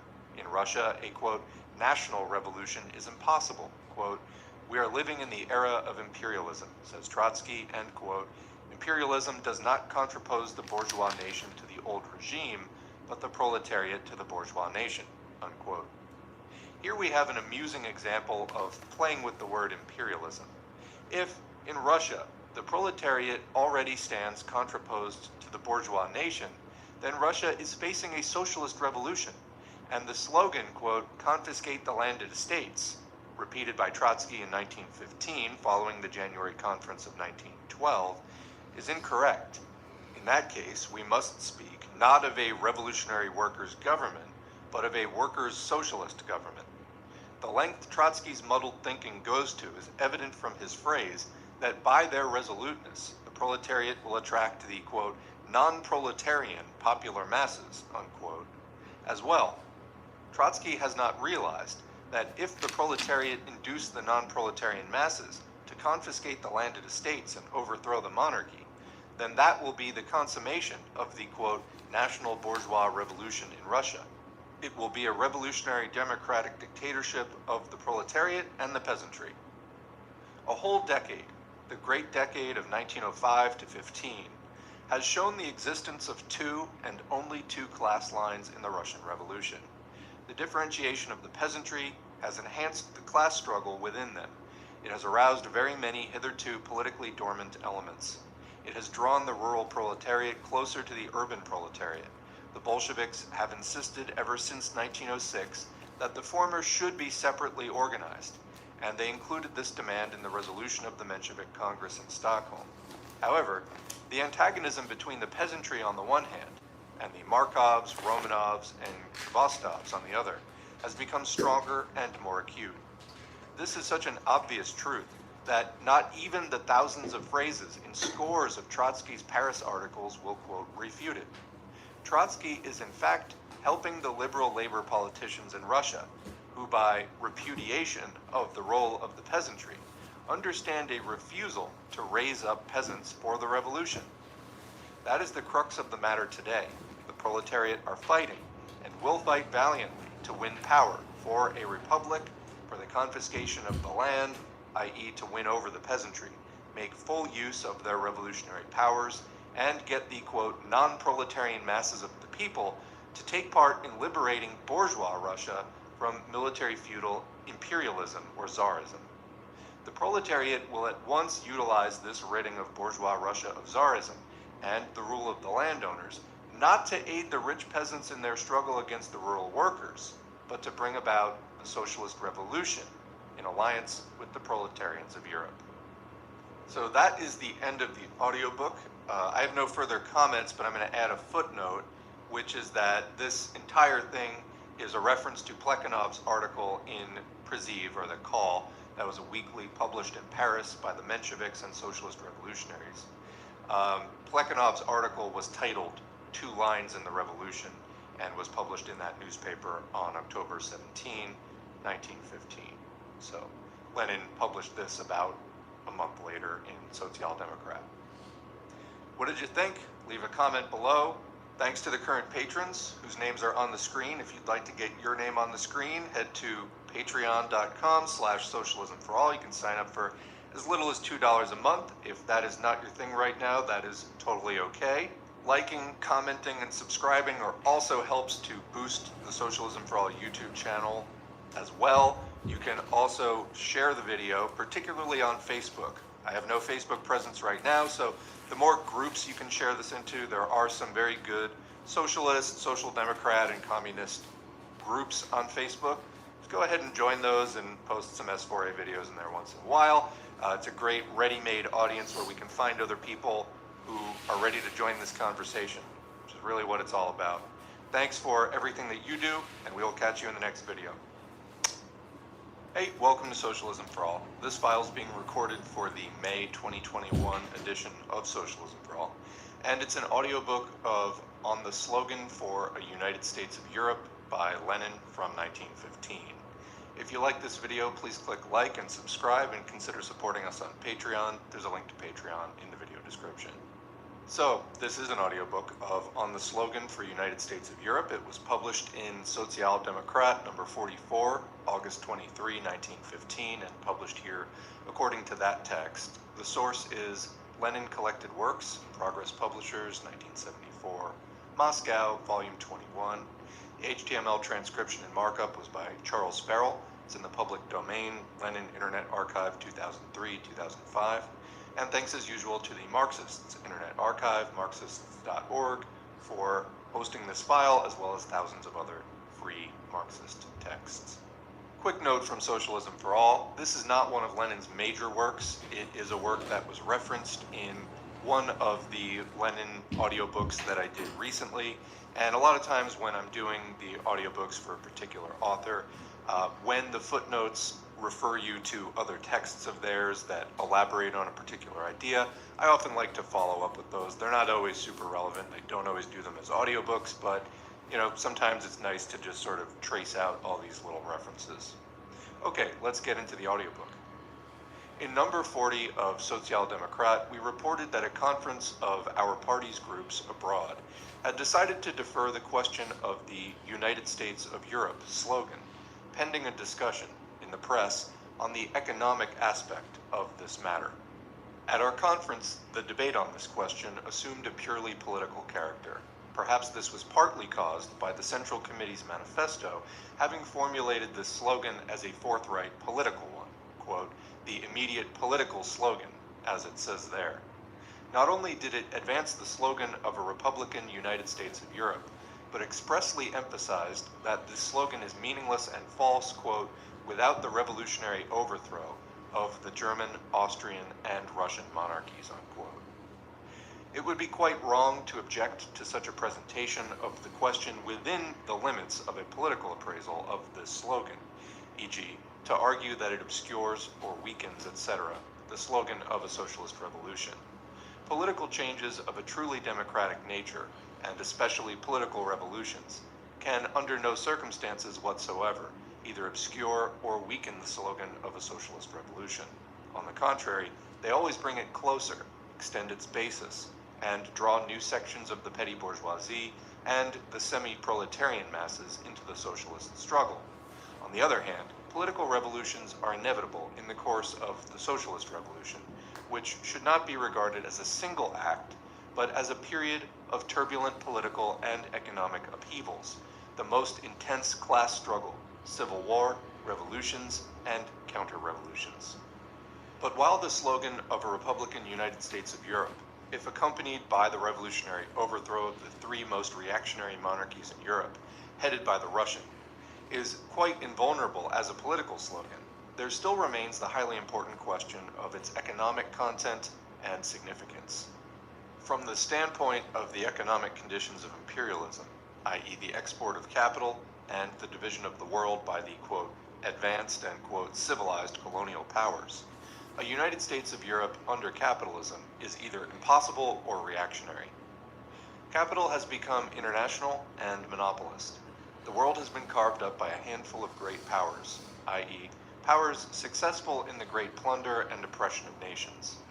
The four great powers of Europe, Britain, France, Russia, and Germany, with an aggregate population of between 250 million and 300 million, and an area of about 7 million square kilometers, possess colonies with a population of almost 500 million and an area of 64,600,000 square kilometers, i.e. almost half the surface of the globe, 133 million square kilometers exclusive of Arctic and Antarctic regions.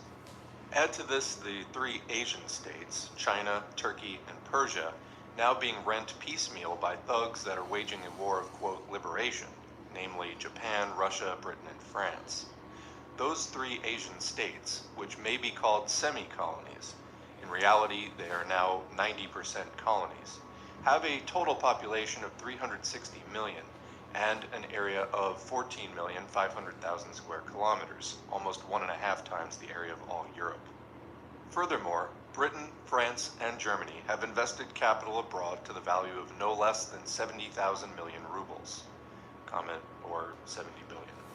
The business of securing, quote, legitimate profits from this tidy sum, these exceed 3,000 million rubles annually, or 3 billion.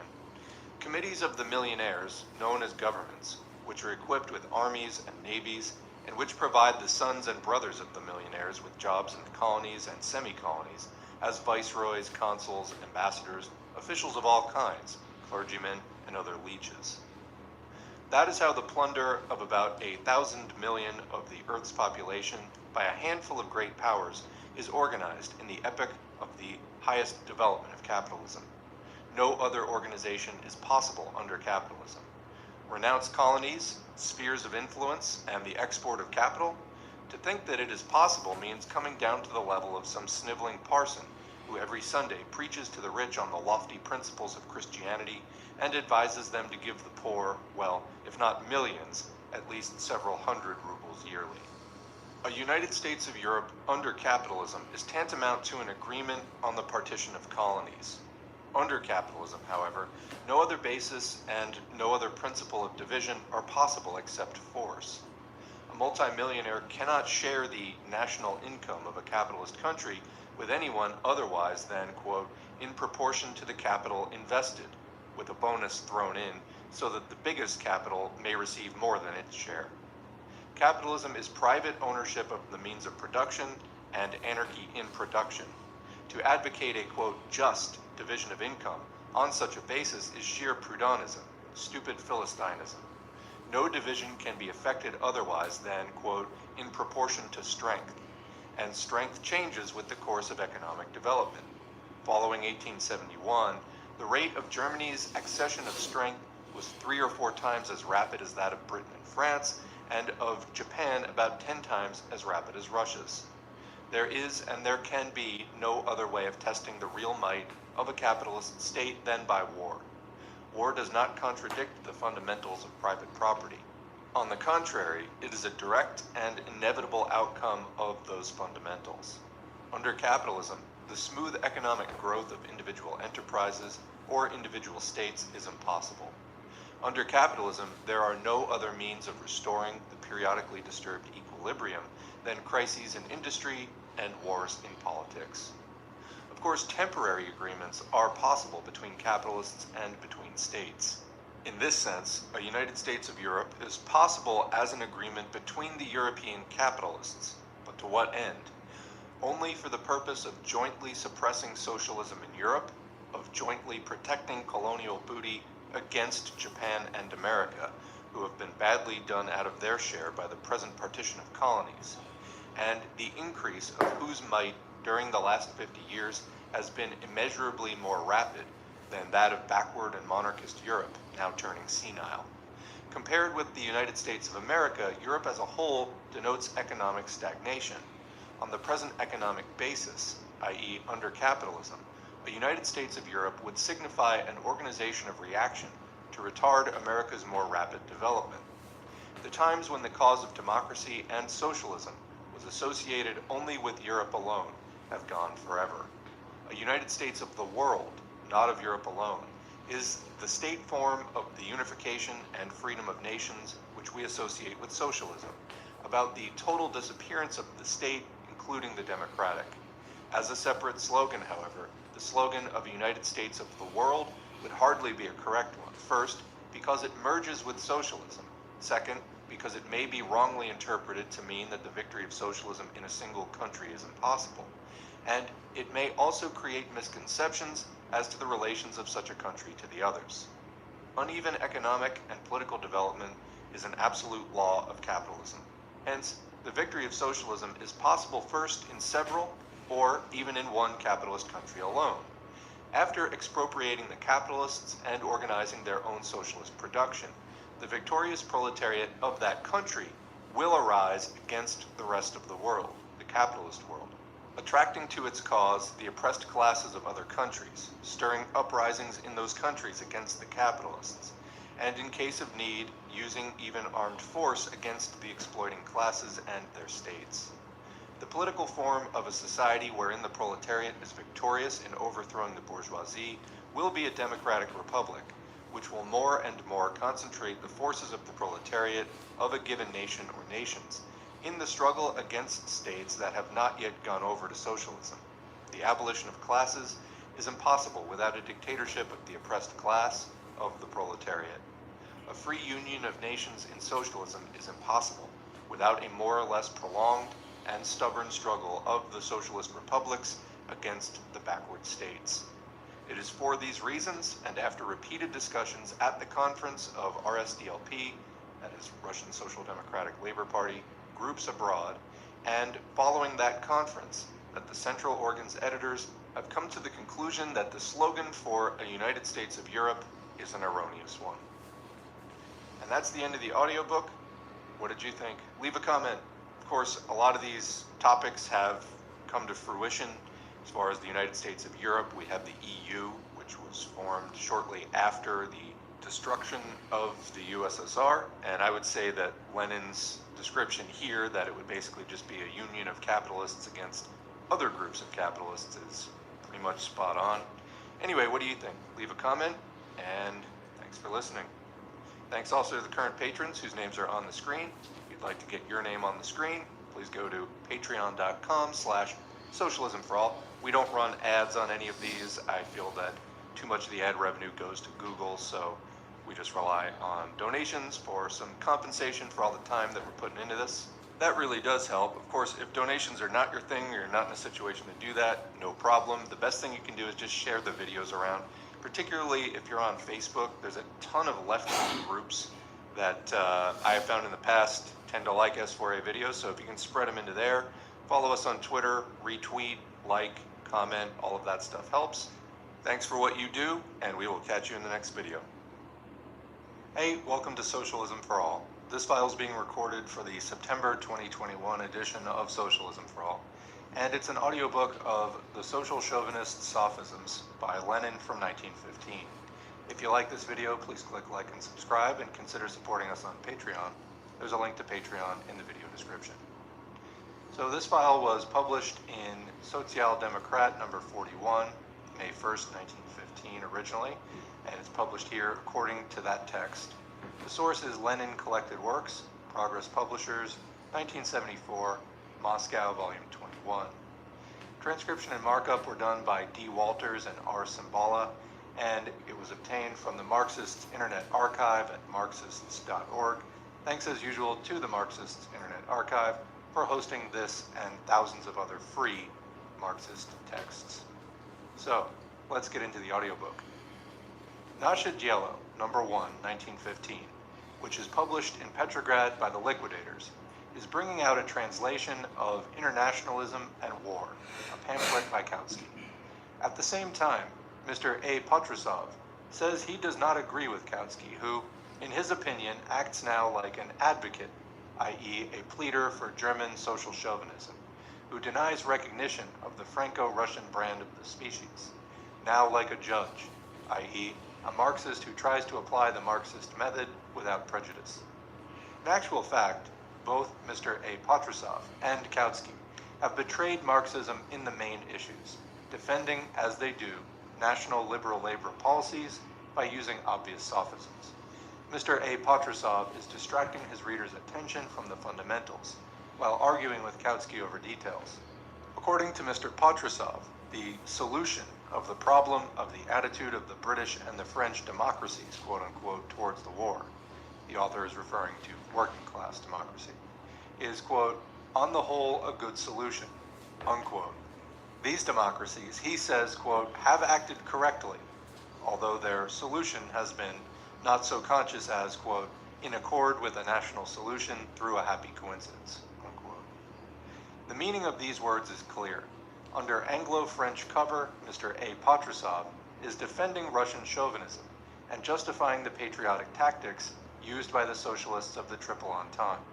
Mr. Potrasov argues against Kautsky, not in the way a Marxist should argue against a chauvinist, but like a Russian chauvinist against a German counterpart. This is an old and threadbare method. It should, however, be noted that Mr. A. Potrasov disguises and confuses in every possible way the clear and simple import of his words. The points on which Mr. A. Patrusov and Kautsky agree are the gist of the matter. For instance, they agree that, quote, the present-day proletariat's internationalism is compatible with defense of country, unquote. That's quoting from Karl Kautsky in the German edition of his pamphlet. Mr. A. Patrusov speaks of the special situation of a country, quote, that has been subjected to an attack. Quote, the people fear nothing more than an enemy invasion, Kautsky writes. Quote, if the inhabitants of a country see the cause of war not in their own government, but in the evil designs of a neighboring state, and what government does not attempt to inculcate such a view upon the masses through the press, etc., then the unanimous desire to defend the borders against the enemy flares up in the entire population. The infuriated mob would kill those who would attempt to hamper the dispatch of armies to the borders, unquote. Again, quoting Kautsky. This is a would-be Marxist defense of the fundamental idea of all social chauvinists. As early as 1911, Kautsky saw very clearly that the government and the bourgeoisie would deceive, quote, the people, the population, the mob, by placing the blame on the, quote, evil designs of another country. The question arises whether support for such deception, whether by voting for war credits or by speeches, articles, etc., is compatible with internationalism and socialism, or whether it is tantamount to a national liberal labor policy. Kautsky is behaving like a most shameless advocate, like the worst kind of sophist, when he substitutes for this question another one, namely, whether it is reasonable for, quote, individuals to, quote, hamper the dispatch of armies in the teeth of the will of the majority of a people that have been deceived by their government. That is not the point at issue. That is not the gist of the matter.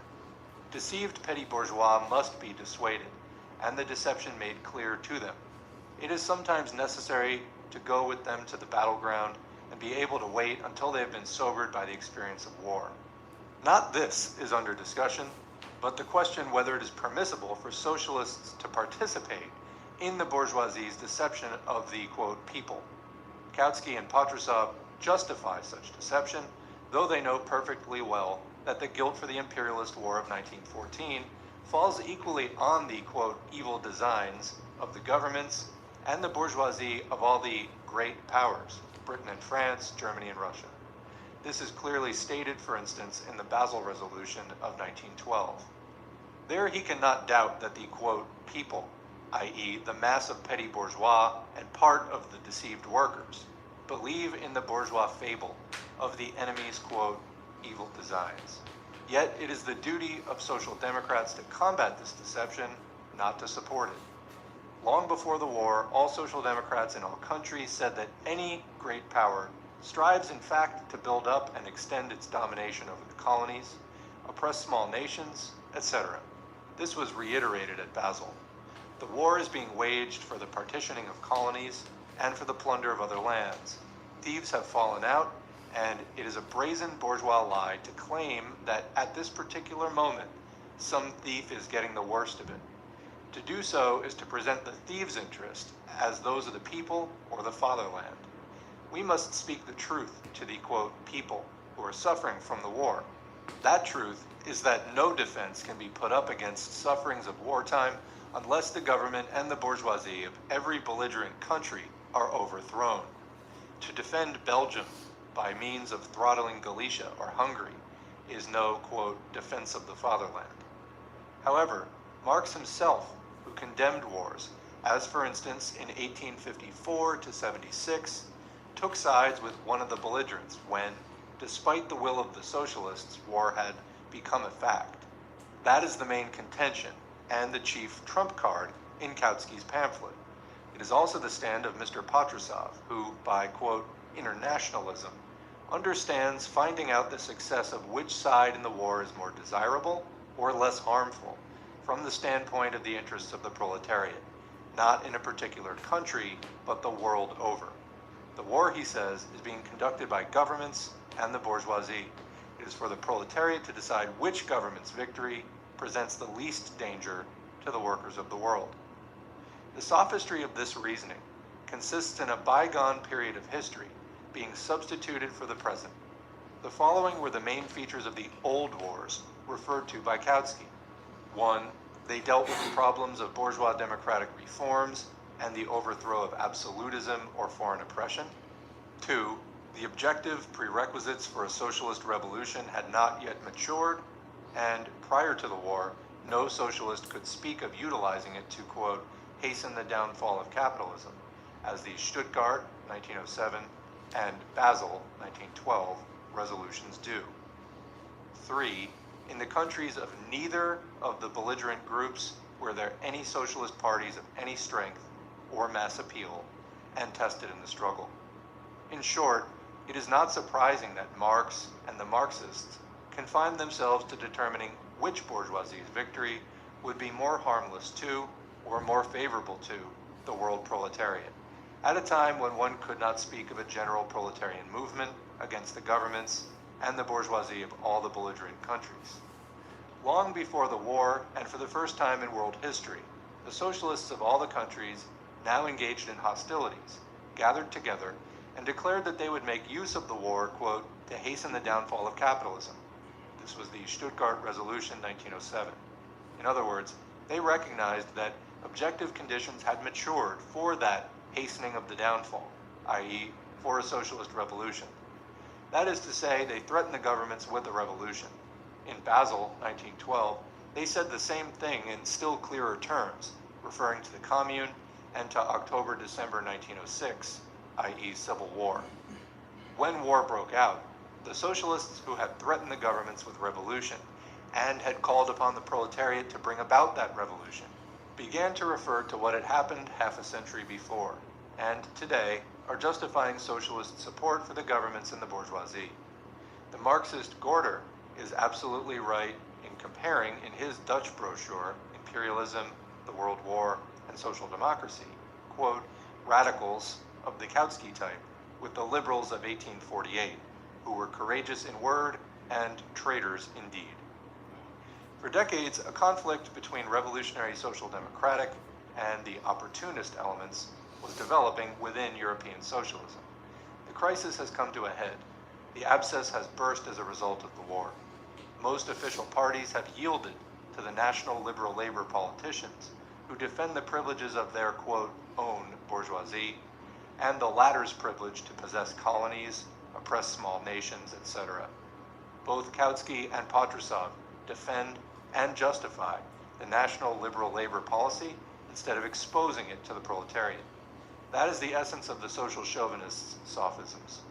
Mr. A. Patrusov has inadvertently let the cat out of the bag by his assertion that, quote, the Stuttgart formula was untenable in principle, unquote. What of that? To the proletariat, open renegades are better than covert ones. Carry on, Mr. A. Patrusov. To repudiate Stuttgart and Basel is the more honest course. Kautsky, the diplomat, is more wily than Mr. A. Patrusov. He does not repudiate Stuttgart and Basel. He merely quotes the basic manifesto, omitting all references to revolution.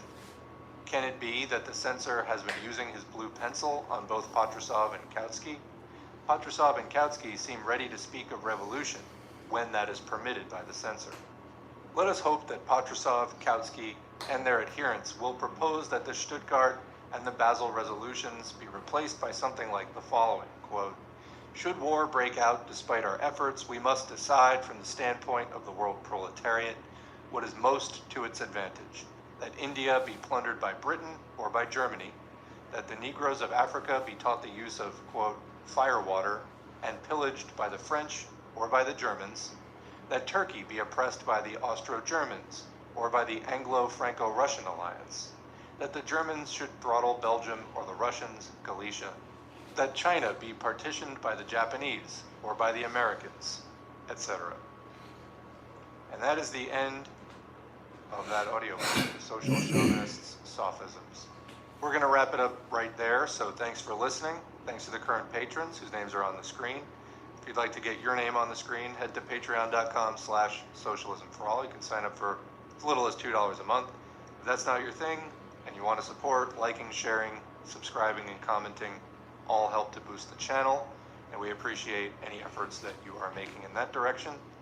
Otherwise, thanks again, and we will catch you in the next video.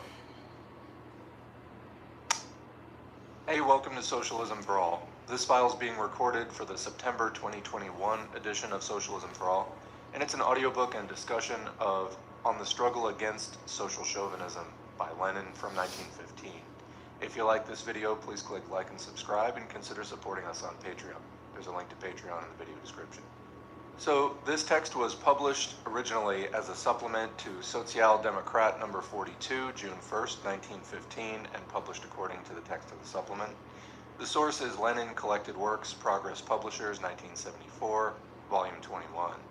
HTML transcription and markup by D. Walters and R. Cimbala, and it's in the public domain at the Marxists Internet Archive, marxists.org. Thanks as usual to the Marxists Internet Archive for hosting this and thousands of other free Marxist texts. So let's get into the audiobook. The most interesting and most recent material for the topical problem has been provided by the International Conference of Socialist Women, which adjourned recently in Bern. The readers will find below an account of the conference and the texts of two resolutions, the one adopted and the one rejected. In the present article, we would like to discuss only one aspect of the question. Representatives of the women's organizations attached to the organizing committee, women members of Troelstra's party in Holland, women from the Swiss organizations that are hostile to Werner Tagwacht for its allegedly excessive leftist leanings, the French representative who is unwilling to disagree on any important point with the official party, which is known to adhere to the social chauvinist point of view, the women of Britain, who are hostile to the idea of a clear line of division between pacifism and revolutionary proletarian tactics. All these agreed with the, quote, left German Social Democrat women on one resolution. The representatives of women's organizations connected with our party's Central Committee disagreed with them, preferring to remain in isolation for the time being rather than join a bloc of this kind. What is the gist of this disagreement? What principles and general political significance are involved in this conflict? At first glance, the middle-of-the-road resolution, which has united the opportunists and part of the left wing, looks very fitting and correct in principle. The war has been declared an imperialist one. The defense of the fatherland idea has been condemned. The workers have been called upon to hold mass demonstrations, etc., etc.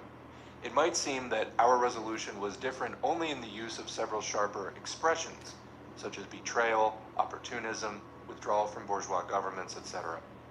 It is undoubtedly from this standpoint that criticism will be leveled against the withdrawal of the representatives of the women's organizations connected with our party's Central Committee. However, if we give the matter more attention, without confining ourselves to a purely formal recognition of one truth or another, we will realize that such criticism is quite groundless. Two world outlooks, two appraisals of the war, and the tasks of the International, two tactics of the proletarian parties, clashed at the conference. One view holds that there has been no collapse of the International, no deep and grave obstacles to a return from chauvinism to socialism, no strong internal enemy in the shape of opportunism, no direct and obvious betrayal of socialism by opportunism. The conclusion to be drawn might be worded as follows: let us condemn nobody. Let us amnesty those who have violated the Stuttgart and the basic resolutions. Let us merely advise that the course followed should be more to the left and that the masses be called upon to hold demonstrations. The other view is diametrically opposed to the former on each of the points enumerated above. Nothing is more harmful or more disastrous to the proletarian cause than a continuation of inter-party diplomacy towards the opportunists and social chauvinists. The majority resolution proved acceptable to the opportunist delegates and to the adherents of the present-day official parties, just because it is imbued with the spirit of diplomacy. Such diplomacy is being used to throw dust in the eyes of the working masses, which at present are led by the official social patriots. An absolutely erroneous and harmful idea is being inculcated upon the working masses. The idea that the present-day social democratic parties, with their present executives, are capable of changing their course from an erroneous to a correct one. That is not the case. It is a most egregious and pernicious illusion. The present-day social democratic parties and their executives are incapable of seriously changing their course. In practice, everything will remain as before. The left, quote-unquote, wishes expressed in the majority resolution will remain innocent wishes. An unerring political instinct prompted this in the adherents of Troelstra's party and of the present executive of the French party when they voted for such a resolution.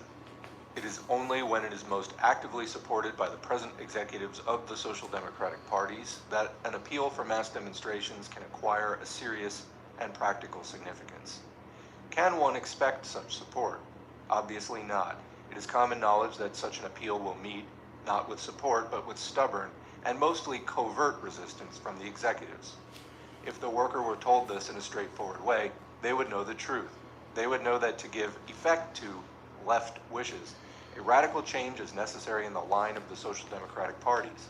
A most stubborn struggle is necessary against the opportunists with their centrist friends. As it is, the workers have been lulled by left wishes, while the conference refused to call by name, loudly and clearly, the evil which must be combated if those wishes are to be realized. The diplomatic leaders who are at present conducting a chauvinist policy within the social democratic parties will make excellent use of the weakness, the indecision, and the insufficient clarity of the majority resolution. Astute parliamentarians that they are, they will distribute the roles among themselves. Some of them will say that the serious arguments of Kautsky and Co. were not appreciated or analyzed, and that therefore they must be discussed in a wider gathering. Others will say, were we not right when we said that no deep-seated differences existed if the women adherents of the Trelstra and Gesda Sambat parties were able to agree with the left-wing German women? The Women's Conference should not have aided Scheidemann, Haas, Kautsky, van der Velde, Hindman, Gesda, Sambat, Plekhanov, and others to blunt the vigilance of the working masses. On the contrary, it should have tried to rouse them and declared a decisive war against opportunism.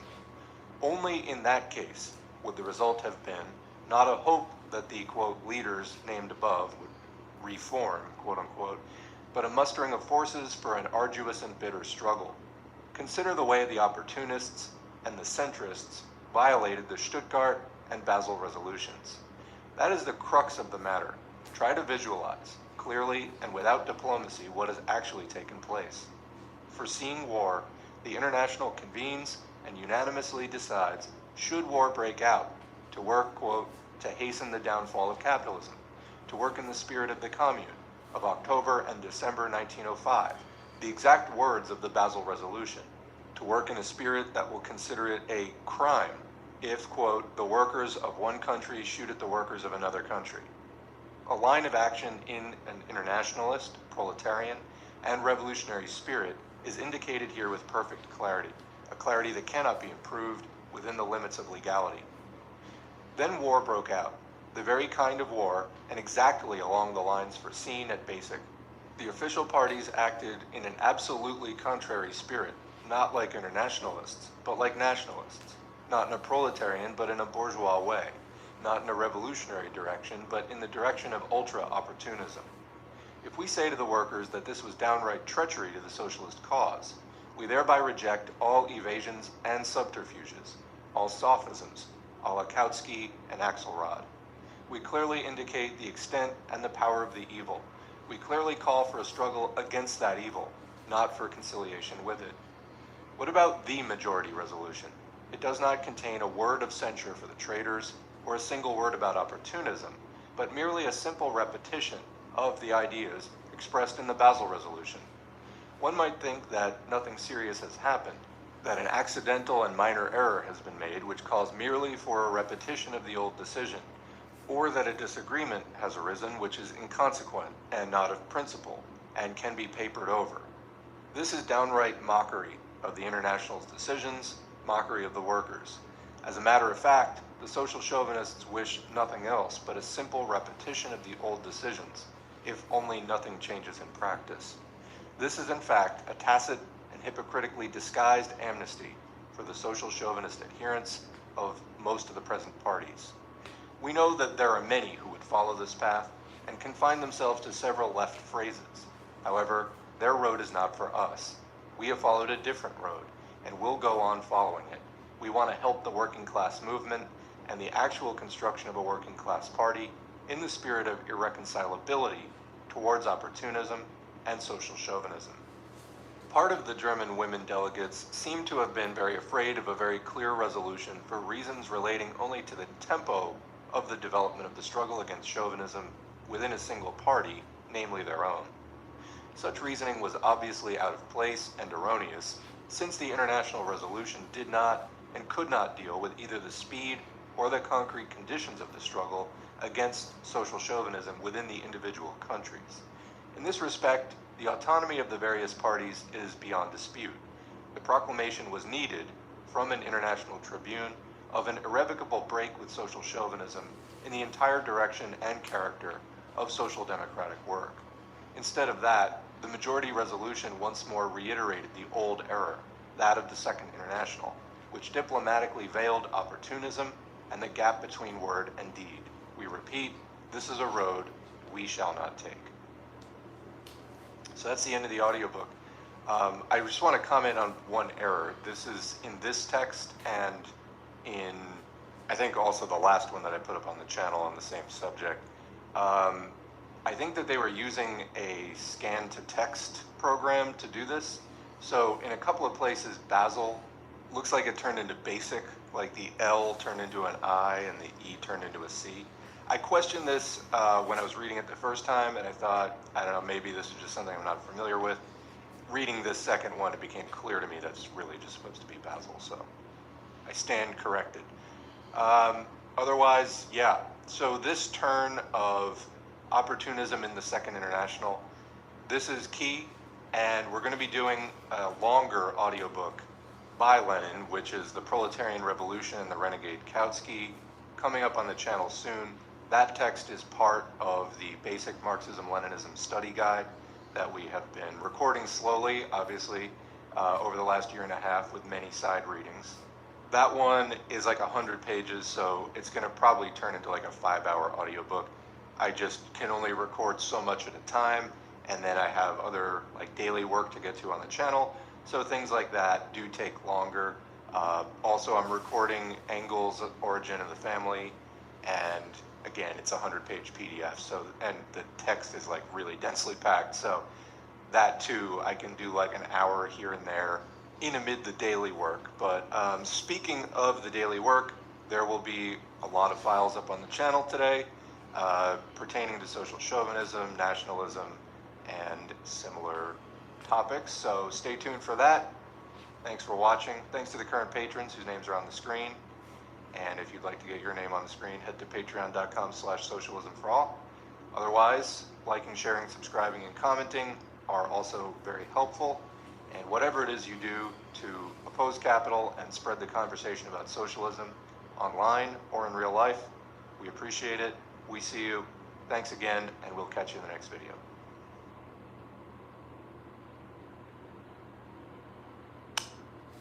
Hey, welcome to Socialism for All. This file is being recorded for the September 2022 edition of Socialism for All, and it's an audiobook and discussion of The Revolutionary Proletariat and the Right of Nations to Self-Determination from 1915 by Lenin. If you like this video, please click like and subscribe, and consider supporting on Patreon at patreon.com/socialismforall. There's a link to Patreon in the video description.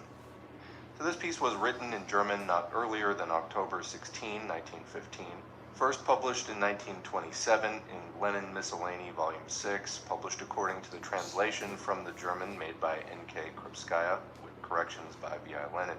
The source is Lenin Collected Works, Progress Publishers, 1974, Moscow, Volume 21. HTML transcription and markup by D. Walters and R. Simbala, and it's in the Lenin Internet Archive within the Marxists. Internet Archive, Marxists.org. Thanks as usual to MIA for hosting this and thousands of other free Marxist texts. So let's get into it. Like most programs or tactical resolutions of the Social Democratic parties, Semmerwald Manifesto proclaims the right of nations to self-determination. In numbers 252 and 253 of Werner Tagbach, Parabellum, pen name of K. Roddick, has called illusory, quote, the struggle for the non-existent right to self-determination, and has contraposed to it the proletariat's revolutionary mass struggle against capitalism, while at the same time assuring us that, quote, we are against annexations. An assurance is repeated 5 times in Parabellum's article, and against all violence against nations. The arguments advanced by Parabellum in support of his position boiled down to an assertion that today all national problems, like those of Alsace-Lorraine, Armenia, etc., are problems of imperialism. The capital has outgrown the framework of national states, that it is impossible to turn the clock of history back to the obsolete ideal of national states, etc. Let us see whether Parabellum's reasoning is correct. First of all, it is Parabellum who is looking backward, not forward, when, in opposing working class acceptance, quote, of the ideal of the national state, he looks towards Britain, France, Italy, Germany, i.e. countries where the movement for national liberation is a thing of the past, and not towards the East, towards Asia, Africa, and the colonies, where this movement is a thing of the present and the future. Mention of India, China, Persia, and Egypt will be sufficient. Furthermore, imperialism means that capital has outgrown the framework of national states. It means that national oppression has been extended and heightened on a new historical foundation. Hence, it follows that despite Parabellum, we must link the revolutionary struggle for socialism with a revolutionary program on the national question. From what Parabellum says, it appears that in the name of the socialist revolution, he scornfully rejects a consistently revolutionary program in the sphere of democracy. He is wrong to do so. The proletariat cannot be victorious except through democracy, i.e. by giving full effect to democracy and by linking with each step of its struggle democratic demands formulated in the most resolute terms. It is absurd to contrapose the socialist revolution and the socialist struggle against capitalism to a single problem of democracy, in this case, the national question. We must combine the revolutionary struggle against capitalism with a revolutionary program and tactics on all democratic demands: a republic, a militia, the popular election of officials, equal rights for women, the self-determination of nations, etc. While capitalism exists, these demands, all of them, can only be accomplished as an exception, and even then in an incomplete and distorted form. Basing ourselves on the democracy already achieved and exposing its incompleteness under capitalism, we demand the overthrow of capitalism, the expropriation of the bourgeoisie, as a necessary basis both for the abolition of the poverty of the masses and for the complete and all-round institution of all democratic reforms. Some of these reforms will be started before the overthrow of the bourgeoisie, others in the course of that overthrow, and still others after it. The social revolution is not a single battle, but a period covering a series of battles over all sorts of problems of economic and democratic reform, which are consummated only by the expropriation of the bourgeoisie. It is for the sake of this final aim that we must formulate every one of our democratic demands in a consistently revolutionary way. It is quite conceivable that the workers of some particular country will overthrow the bourgeoisie before even a single fundamental democratic reform has been fully achieved. It is, however, quite inconceivable that the proletariat, as a historical class, will be able to defeat the bourgeoisie unless it is prepared for that by being educated in the spirit of the most consistent and resolutely revolutionary democracy. Imperialism means the progressively mounting oppression of the nations of the world by a handful of great powers. It means a period of wars between the latter to extend and consolidate the oppression of nations. It means a period in which the masses of the people are deceived by hypocritical social patriots, i.e., individuals who, under the pretext of the freedom of nations, the right of nations to self-determination, and defense of the fatherland, justify and defend the oppression of the majority of the world's nations by the great powers. That is why the focal point in the social democratic program must be that division of nations into oppressor and oppressed, which forms the essence of imperialism, and is deceitfully evaded by the social chauvinists and Kautsky. This division is not significant from the angle of bourgeois pacifism or the Philistine utopia of peaceful competition among independent nations under capitalism, but it is most significant from the angle of the revolutionary struggle against imperialism. It is from this division that our definition of the right of nations to self-determination must follow, a definition that is consistently democratic, revolutionary, and in accord with the general task of the immediate struggle for socialism. It is for that right, and in a struggle to achieve sincere recognition for it, that the social democrats of the oppressor nations must demand that the oppressed nations should have the right of secession, or otherwise recognition of equal rights for nations and of international working class solidarity would in fact be merely empty phrase-mongering, sheer hypocrisy.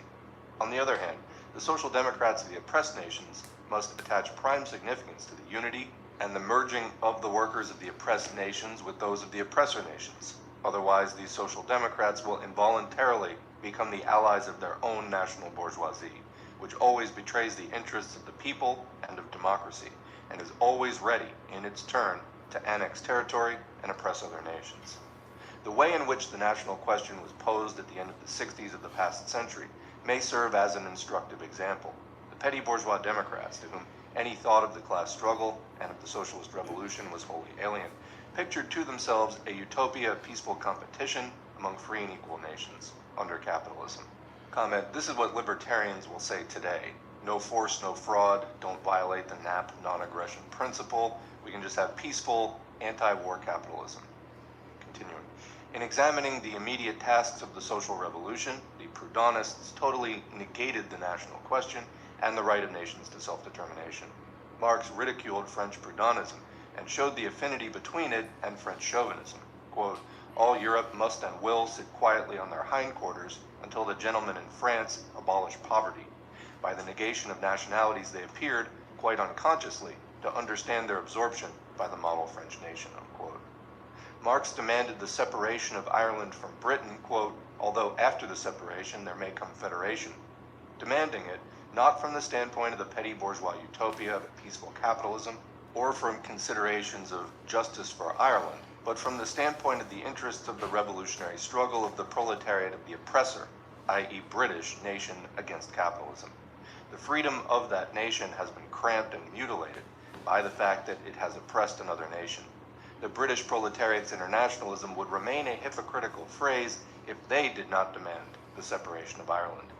Never in favor of petty states, or the splitting up of states in general, or the principle of federation, Marx considered the separation of an oppressed nation to be a step towards federation, and consequently not towards a split, but toward concentration, both political and economic, but concentration on the basis of democracy. As Parabellum sees it, Marx was probably waging a, quote, illusory struggle in demanding separation for Ireland. Actually, however, this demand alone presented a consistently revolutionary program. It alone was in accord with internationalism. It alone advocated concentration along non-imperialist lines. The imperialism of our days has led to a situation in which the great power oppression of nations has become general. The view that a struggle must be conducted against the social chauvinism of the dominant nations, who are now engaged in an imperialist war to enhance the oppression of nations, and are oppressing most of the world's nations and most of the Earth's population. This view must be decisive, cardinal, and basic in the national program of social democracy. Take a glance at the present trends in social democratic thinking on this subject. The petty bourgeois utopians who dreamt of equality and peace among nations under capitalism have been succeeded by the social imperialists. In combating the former, Parabellum is tilting at windmills, thereby unwittingly playing into the hands of the social imperialists. What is the social chauvinists' program on the national question? They either entirely deny the right to self-determination, using arguments like those advanced by Parabellum, Kuhnau, Parvus, the Russian opportunists, Semkovsky, Liebman, and others, or they recognize that right in a patently hypocritical fashion, namely without applying it to those very nations which are oppressed by their own nation, or by her military allies, Plekhanov, Hindman, all the pro-French patriots, then Scheidemann, etc., etc. The most plausible formulation of the social chauvinist lie, one that is therefore most dangerous to the proletariat, is provided by Kautsky. In word, he is in favor of the self-determination of nations. In word, he is for the Social Democratic Party, quote, comprehensively and unreservedly respecting and demanding the independence of nations. Indeed, however, he has adapted the national program to the prevailing social chauvinism, distorted and docked it. He gives no precise definition of the duties of the socialists in the oppressor nations, and patently falsifies the democratic principle itself, when he says that to demand state independence for every nation would mean demanding too much. National autonomy, if you please, is enough. The principal question, the one the imperialist bourgeoisie will not permit discussion of, namely the question of the boundaries of the state that is built upon the oppression of nations, is evaded by Kautsky, who, to please that bourgeoisie, has thrown out of the program that which is most essential. The bourgeoisie are ready to promise all the national equality and national autonomy you please, so long as the proletariat remain within the framework of legality and, quote, peacefully submit to them on the question of the state boundaries. Kautsky has formulated the national program of social democracy in a reformist, not a revolutionary manner. Parabellum's national program, or to be more precise, his assurances that, quote, we are against annexations, has the wholehearted backing of the Parteivorstand, the executive of the German Social Democratic Party, Kautsky, Plekhanov and company, for the very reason that the program does not expose the dominant social patriots. Bourgeois pacifists would also endorse that program. Parabellum's splendid general program, quote, a revolutionary mass struggle against capitalism, serves him, as it did the Proudhonists of the 60s, not for the drawing up in conformity with it and in its spirit of a program on the national question that is uncompromising and equally revolutionary, but in order to leave the way open to the social patriots. In our imperialist times, most socialists throughout the world are members of nations that oppress other nations, strive to extend that oppression. That is why our struggle against annexations will be meaningless and will not scare the social patriots in the least unless we declare that a socialist of an oppressor nation, who does not conduct both peacetime and wartime propaganda in favor of freedom of secession for oppressed nations, is no socialist and no internationalist, but a chauvinist. The socialist of an oppressor nation who fails to conduct such propaganda in defiance of government bans, i.e. in the free, i.e. in the illegal press, is a hypocritical advocate of equal rights for nations. Parabellum has only a single sentence on Russia, which has not yet completed its bourgeois democratic revolution. Quote, even economically very backward Russia has proved in the stand taken by the Polish, Lettish, and Armenian bourgeoisie that it is not only the military guard that keeps together the peoples in that prison of peoples, but also the need for capitalist expansion, for which the vast territory is a splendid ground for development. That is not a social democratic standpoint, but a liberal bourgeois one, not an internationalist, but a great Russian chauvinist standpoint. Parabellum, who is such a fine fighter against the German social patriots, seems to have little knowledge of Russian chauvinism. For Parabellum's wording to be converted into a social democratic postulate, and for social democratic conclusions to be drawn from it, it should be modified and supplemented as follows.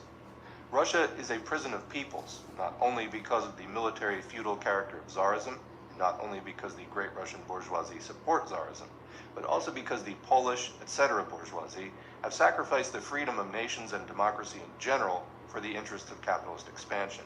The Russian proletariat cannot march at the head of the people towards a victorious democratic revolution, which is its immediate task, or fight alongside its brothers, proletarians of Europe, for a socialist revolution without immediately demanding, fully and unreservedly, for all nations oppressed by Tsarism, the freedom to secede from Russia. This we demand, not independently of our revolutionary struggle for socialism, but because this struggle will remain a hollow phrase if it is not linked up with a revolutionary approach to all questions of democracy, including the national question.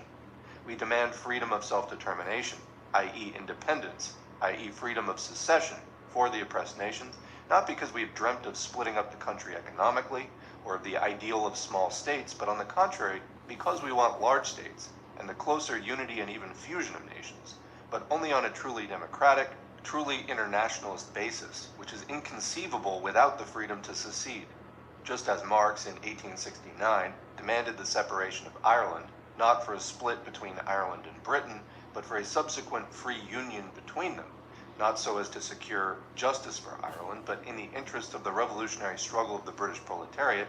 We in the same way consider the refusal of Russian socialists to demand freedom of self-determination for nations, in the sense we have indicated above, to be a direct betrayal of democracy, internationalism, and socialism. So that's the end of the audiobook. What do you think? Leave a question or comment below. We'll continue the discussion there as usual. Otherwise, thanks for listening, and thanks to the current patrons whose names are on the screen. If you'd like to get your name on the screen, head to patreon.com/socialismforall. Sign up for as little as $2 a month. We don't run ads on this channel, so the support is important. Every donation is encouraging. They're also materially helpful. I would make videos even if no one gave money, but the donations do allow me to spend more time on it than I would be able to do otherwise. Also, engagement counts for helping YouTube to recommend this content to more people, so like, share, subscribe, and comment, even if it's just thanks or good video. And finally, don't forget that agitation and education through the internet is great. You can access a wealth of information and thought-provoking material and commentary, but the struggle is going on in your community, so don't forget to get organized in a labor union, tenant union, community union, political party, other political organization, whatever it is. See what's going on in your city, town, county, state, or country. If you're really in the middle of nowhere, you might have to join something on a national basis and start from that until something picks up in your local community. All right, thanks again, and we will see you in the next video. Hey, welcome to Socialism for All. Today's date is November 29, 2020, and this is an audiobook of Opportunism and the Collapse of the Second International by Lenin. This text is part of a series called the Basic Marxism-Leninism Study Plan. It's a series of 26 texts. The curriculum was developed by an organization called MAI, or the Anti-Imperialist Movement. You can find a playlist for all of these videos on the Socialism for All channel under playlist. Please listen to them in order. I am currently in the process of recording them all in my own voice with comments, but I have put together most of the playlist, filling in the gaps of what I haven't recorded with audiobooks from other channels. So this text was written at the end of 1915 and first published in Proletarsche Revolutia number 5, 1924, published according to the manuscript. The source is Lenin Collected Works, Progress Publishers, 1974, Moscow. The transcription and markup was done by D. Walters and R. Simbala. It's in the public domain, Lenin Internet Archive, 2003-2005. Thanks to Marxists Internet Archive, Marxists.org, for putting this online and hosting it for free. Please go to Marxists.org. They have thousands of Marxist texts for free, available, arranged by author, by subject, by chronology, all kinds of different ways, so you are sure to find something that is of interest to you. Okay, so let's get into the audiobook. It is instructive to compare the attitudes of the various classes and parties towards the collapse of the International, which has been revealed by the 1914 to 1915 war. On one hand, the bourgeoisie extols to the sky those socialists who have expressed themselves in favor of, quote, defending the fatherland, i.e., in favor of the war and aiding the bourgeoisie. On the other hand, the bourgeoisie's more outspoken or less diplomatic representatives are expressing malicious joy over the collapse of the International, the collapse of the, quote, illusions of socialism. Among socialists who are, quote, defending the fatherland, there are also two shades, the, quote, extremists, like the Germans W. Kolb and W. Heine, who admit the collapse of the International, for which they blame the, quote, revolutionary illusions. These are out to restore a still more opportunist international. In practice, however, they agree with the, quote, moderates, the cautious socialist, quote, defenders of the fatherland, such as Kautsky, Renadel, and Vandervelde, who stubbornly deny that the International has collapsed, consider it merely suspended temporarily, and defend the Second International's viability and right to exist. Revolutionary Social Democrats in the various countries recognize the collapse of the Second International and the need to create a Third International. To decide who is right, let us examine an historic document which bears upon the present war and carries the unanimous and official signatures of all socialist parties in the world. That document is the Basel Manifesto of 1912. Noteworthy enough, no socialist would, in theory, dare deny the need for a concretely historical analysis of every war. Today, however, none but the, quote, left social democrats, who are but few in number, would be so bold as to publicly and definitely repudiate the Basel Manifesto, or declare it erroneous, or analyze it carefully, comparing its decisions with the conduct of the socialists after the outbreak of the war. Why is that so? It is because the Basel Manifesto ruthlessly exposes the wrong reasoning and conduct of the majority of official socialists. There is not a single word in this manifesto on either the defense of the fatherland, unquote, or the difference between a war of aggression and a war of defense.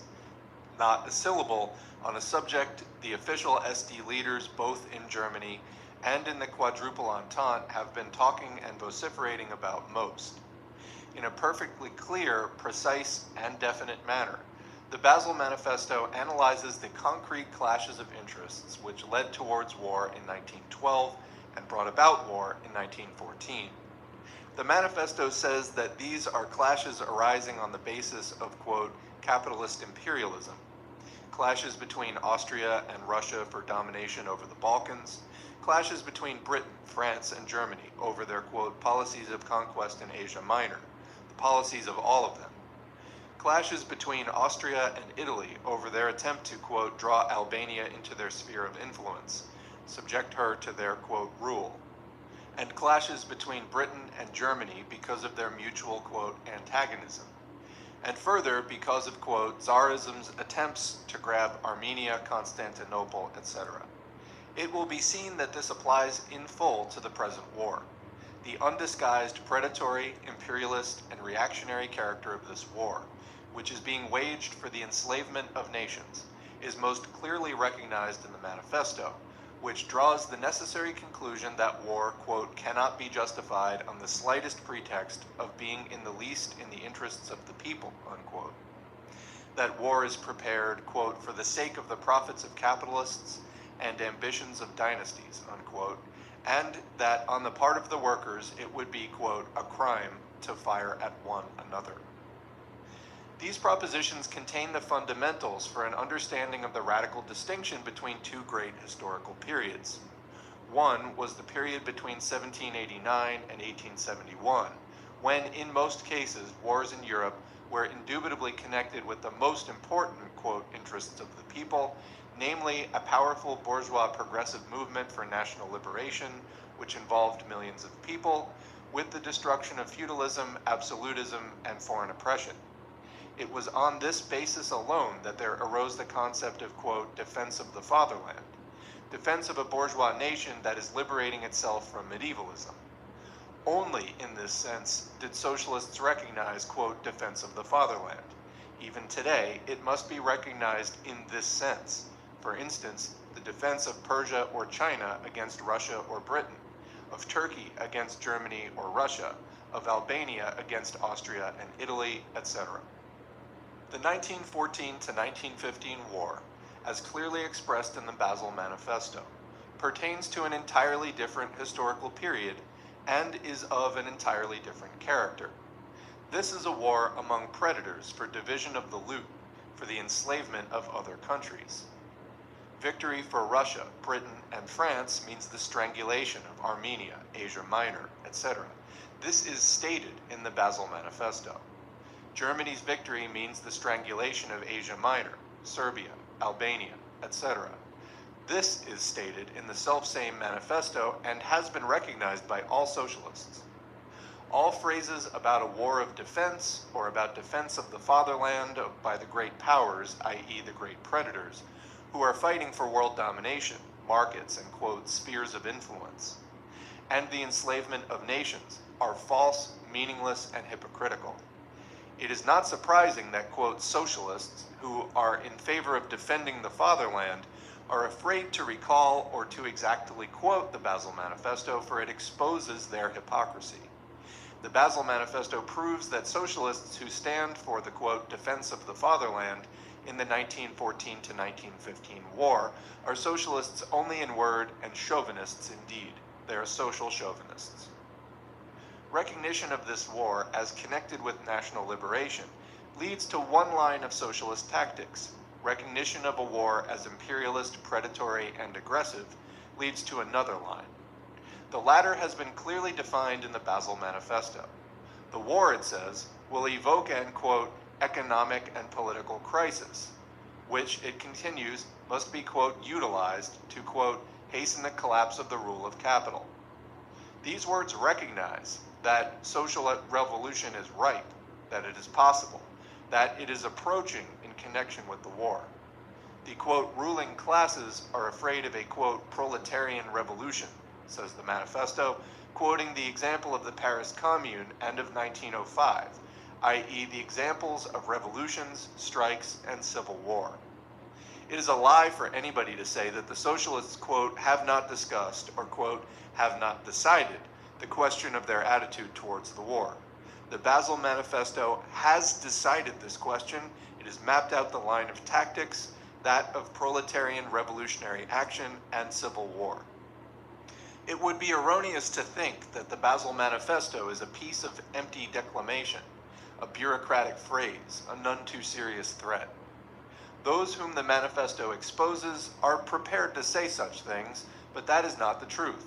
The Basel Manifesto sums up the vast amount of propaganda and agitation material of the entire epoch of the Second International, namely the period between 1889 and 1914.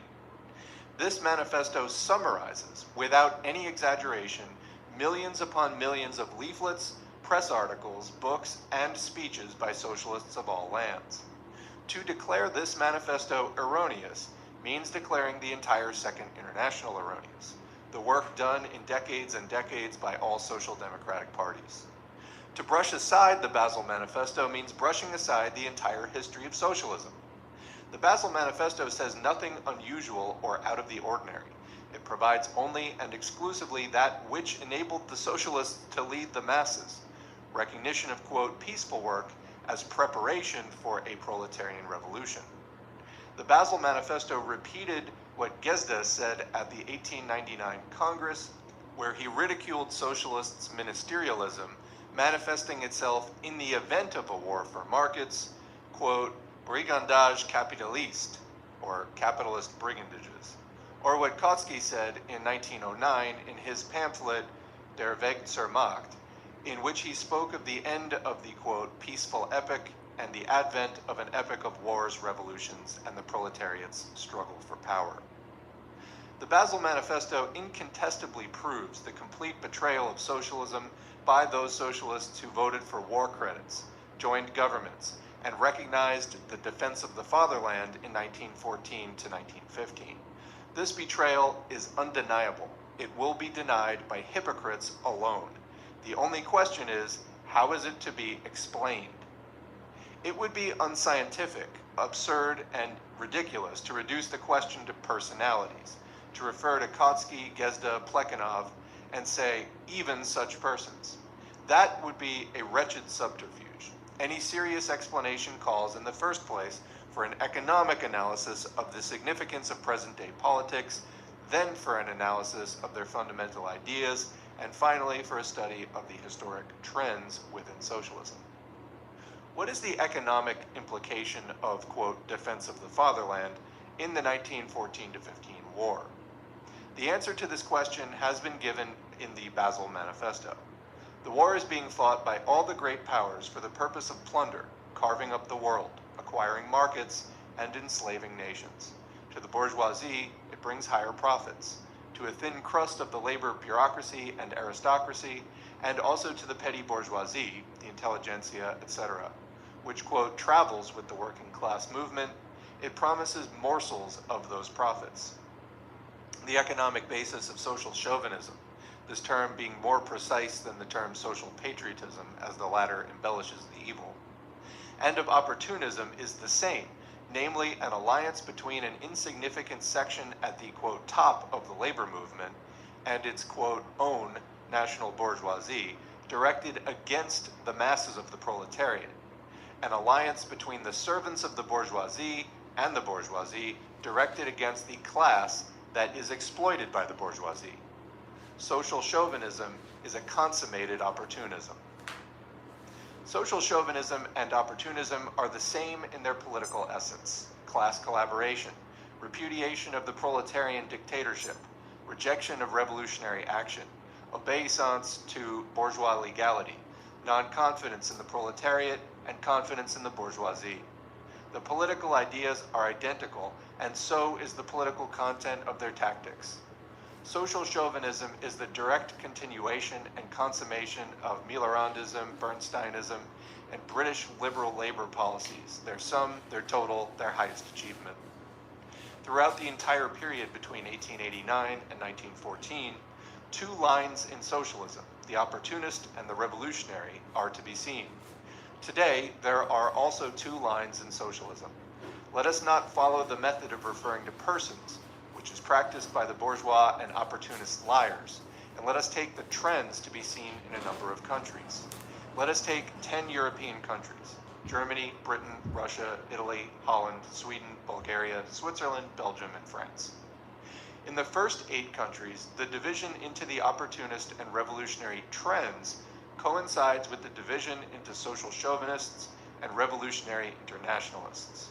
The main nuclei of social chauvinism in the social and political sense are Sozialistische Monatschäfte and Co. in Germany, the Fabians and the Labour Party in Britain. The Independent Labour Party entered in a bloc with both, the influence of social chauvinism in the latter being considerably stronger than in the British Socialist Party, in which about 3/7 are internationalists, namely 66 to 84. Nasha Zarya and the Organizing Committee, as well as Nasha Diallo in Russia, Bisalati's party in Italy, Troelsta's party in Holland, Branting and Co. in Sweden, the Shiroki in Bulgaria, Greulich and his people in Switzerland. It is from revolutionary social democrats in all these countries that a more or less sharp protest has emanated against social chauvinism. 2 countries out of the 10 are the exception, but even there, internationalists are weak, but not absent. The facts are rather unknown. Vaillant has admitted receiving letters from internationalists, which he did not publish, then non-existent. Social chauvinism is a consummated opportunism. That is beyond doubt. The alliance with the bourgeoisie used to be ideological and secret. It is now public and unseemly. Social chauvinism draws its strength from nowhere else but this alliance with the bourgeoisie and the general staffs. It is a falsehood for anybody, including Kautsky, to say that the, quote, masses of proletarians have turned towards chauvinism. Nowhere have the masses been asked, with the exception perhaps of Italy, where a discussion went on for 9 months prior to the declaration of war, and where the masses were also against the Bisalati party.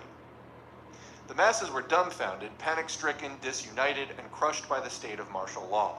The free vote was a privilege of the leaders alone, and they voted for the bourgeoisie and against the proletariat.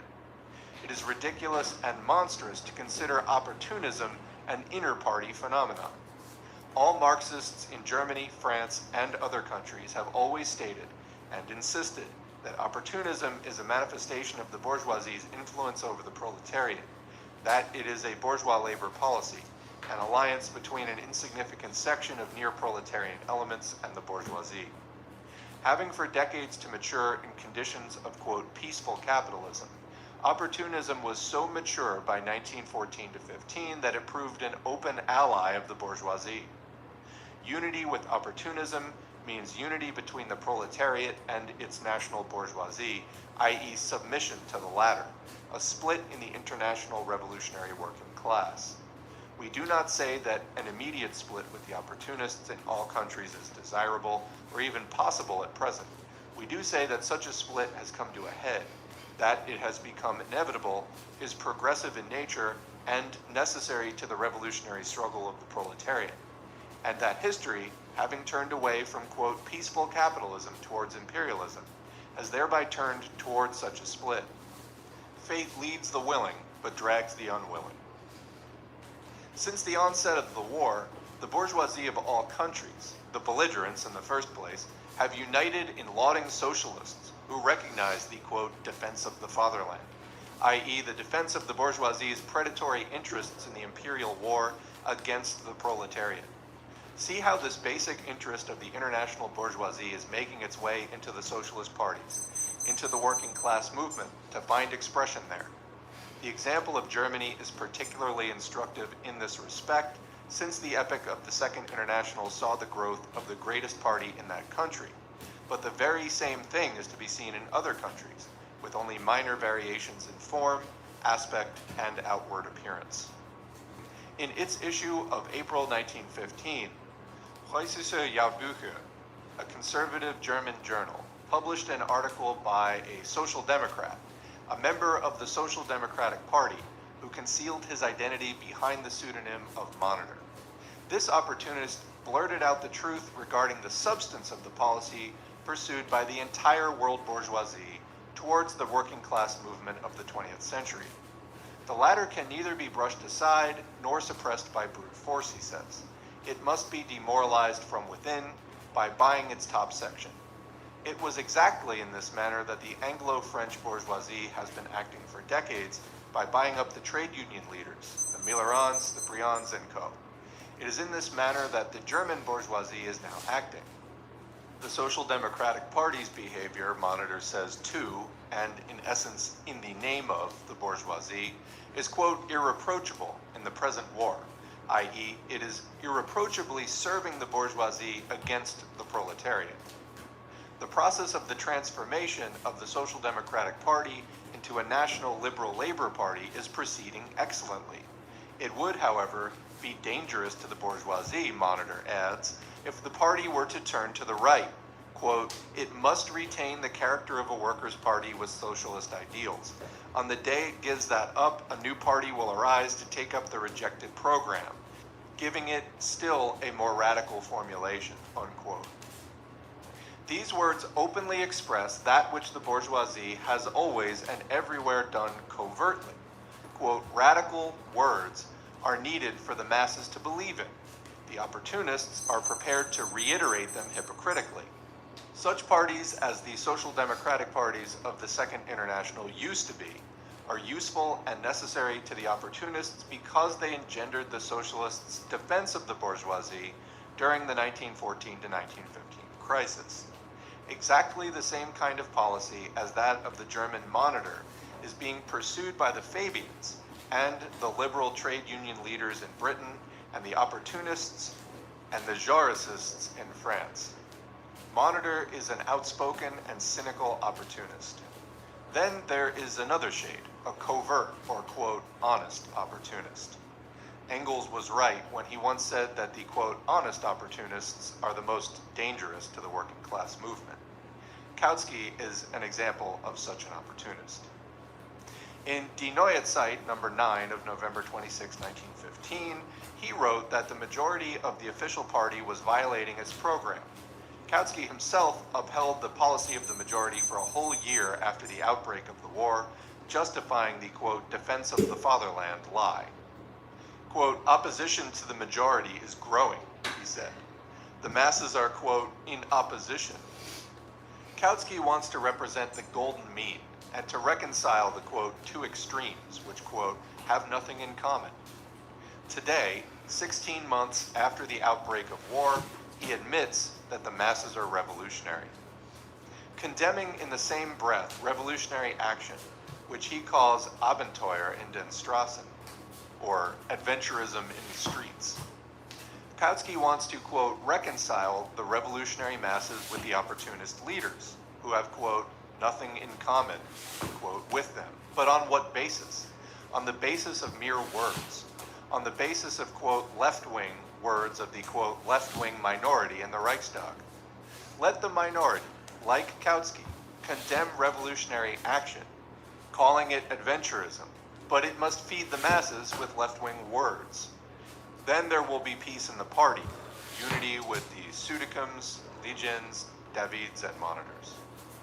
But that is Monitor's self-same program in its entirety, a program of the bourgeoisie only expressed in dulcet tones and in honeyed phrases. The same program was carried out by Wurm as well, when at the session of the Social Democratic Group in the Reichstag, March 18, 1915, he warned the group not to test the patience of the masses too far, as opposition is growing among the masses against the group's tactics. One must remain with the Marxist center. Let us note the acknowledgement on behalf of the, quote, Marxist center, including Kautsky, that the masses were in a revolutionary temper. This was March 18, 1915. 8.5 months later, on November 26, 1915, Kautsky again proposed that the revolutionary masses be appeased with left phrases. Kautsky's opportunism differs from Monitor's only in the wording, in shades, and the methods of achieving the same end, preservation of the opportunists' influence, i.e. the bourgeoisie's, over the masses, preservation of the proletariat's submission to the opportunists, i.e. the bourgeoisie. Pannekoek and Gorter have very properly dubbed Kautsky's stand, quote, passive radicalism. It is verbiage, to quote the French who have had occasion to make a thorough study of this variety of revolutionism from their, quote, homemade models. I would rather prefer to call it covert, timid, saccharine, and hypocritical opportunism. In substance, the two trends in social democracy now disagree, not in words or in phrases.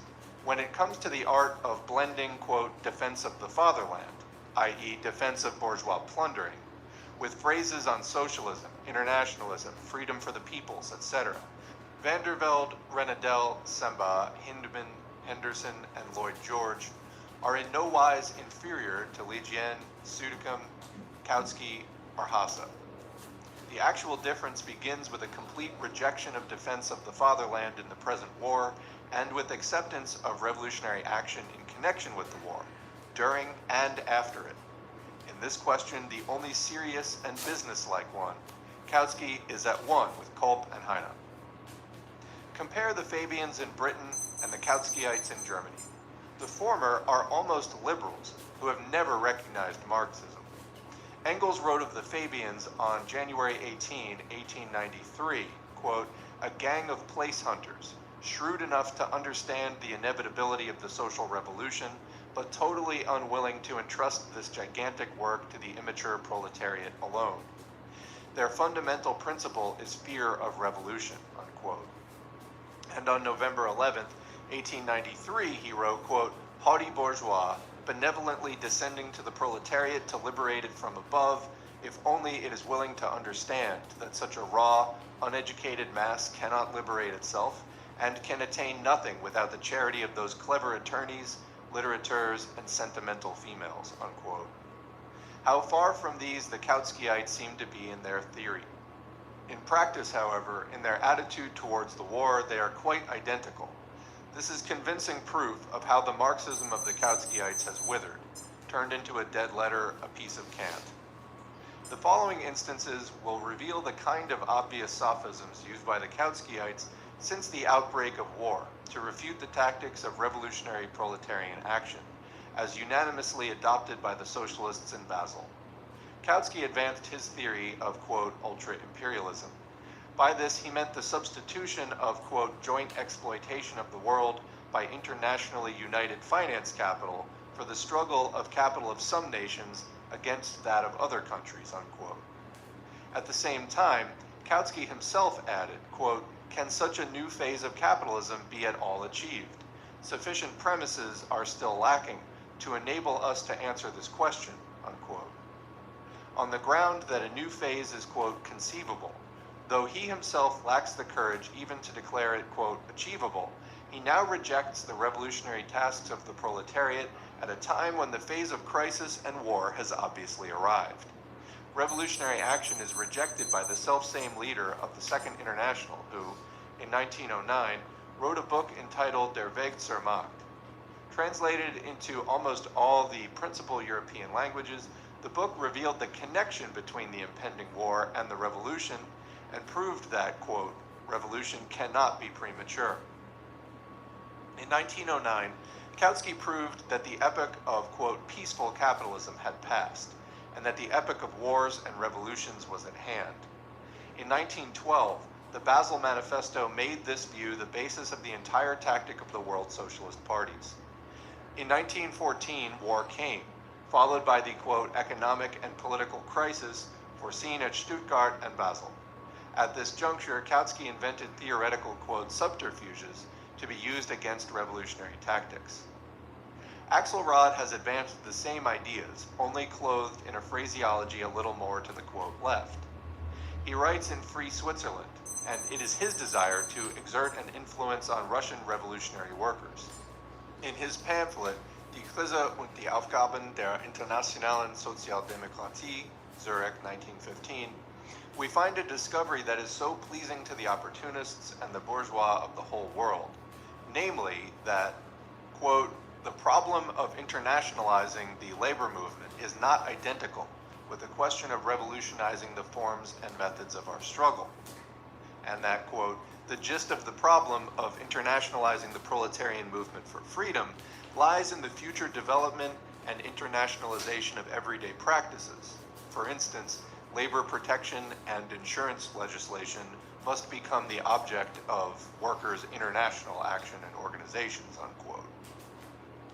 It goes without saying that such internationalism has the full approval, not only of the Sudicums, Legiens, and Hinmans, together with the Vandervelts, but also of the Lloyd Georges, Naumans, and Briands. Axelrod defends Kautsky's, quote, internationalism without even quoting or analyzing any of the latter's arguments for defense of the fatherland. Like the Francophile social chauvinists, Axelrod is even afraid to mention that it is revolutionary tactics that the Basel Manifesto speaks of.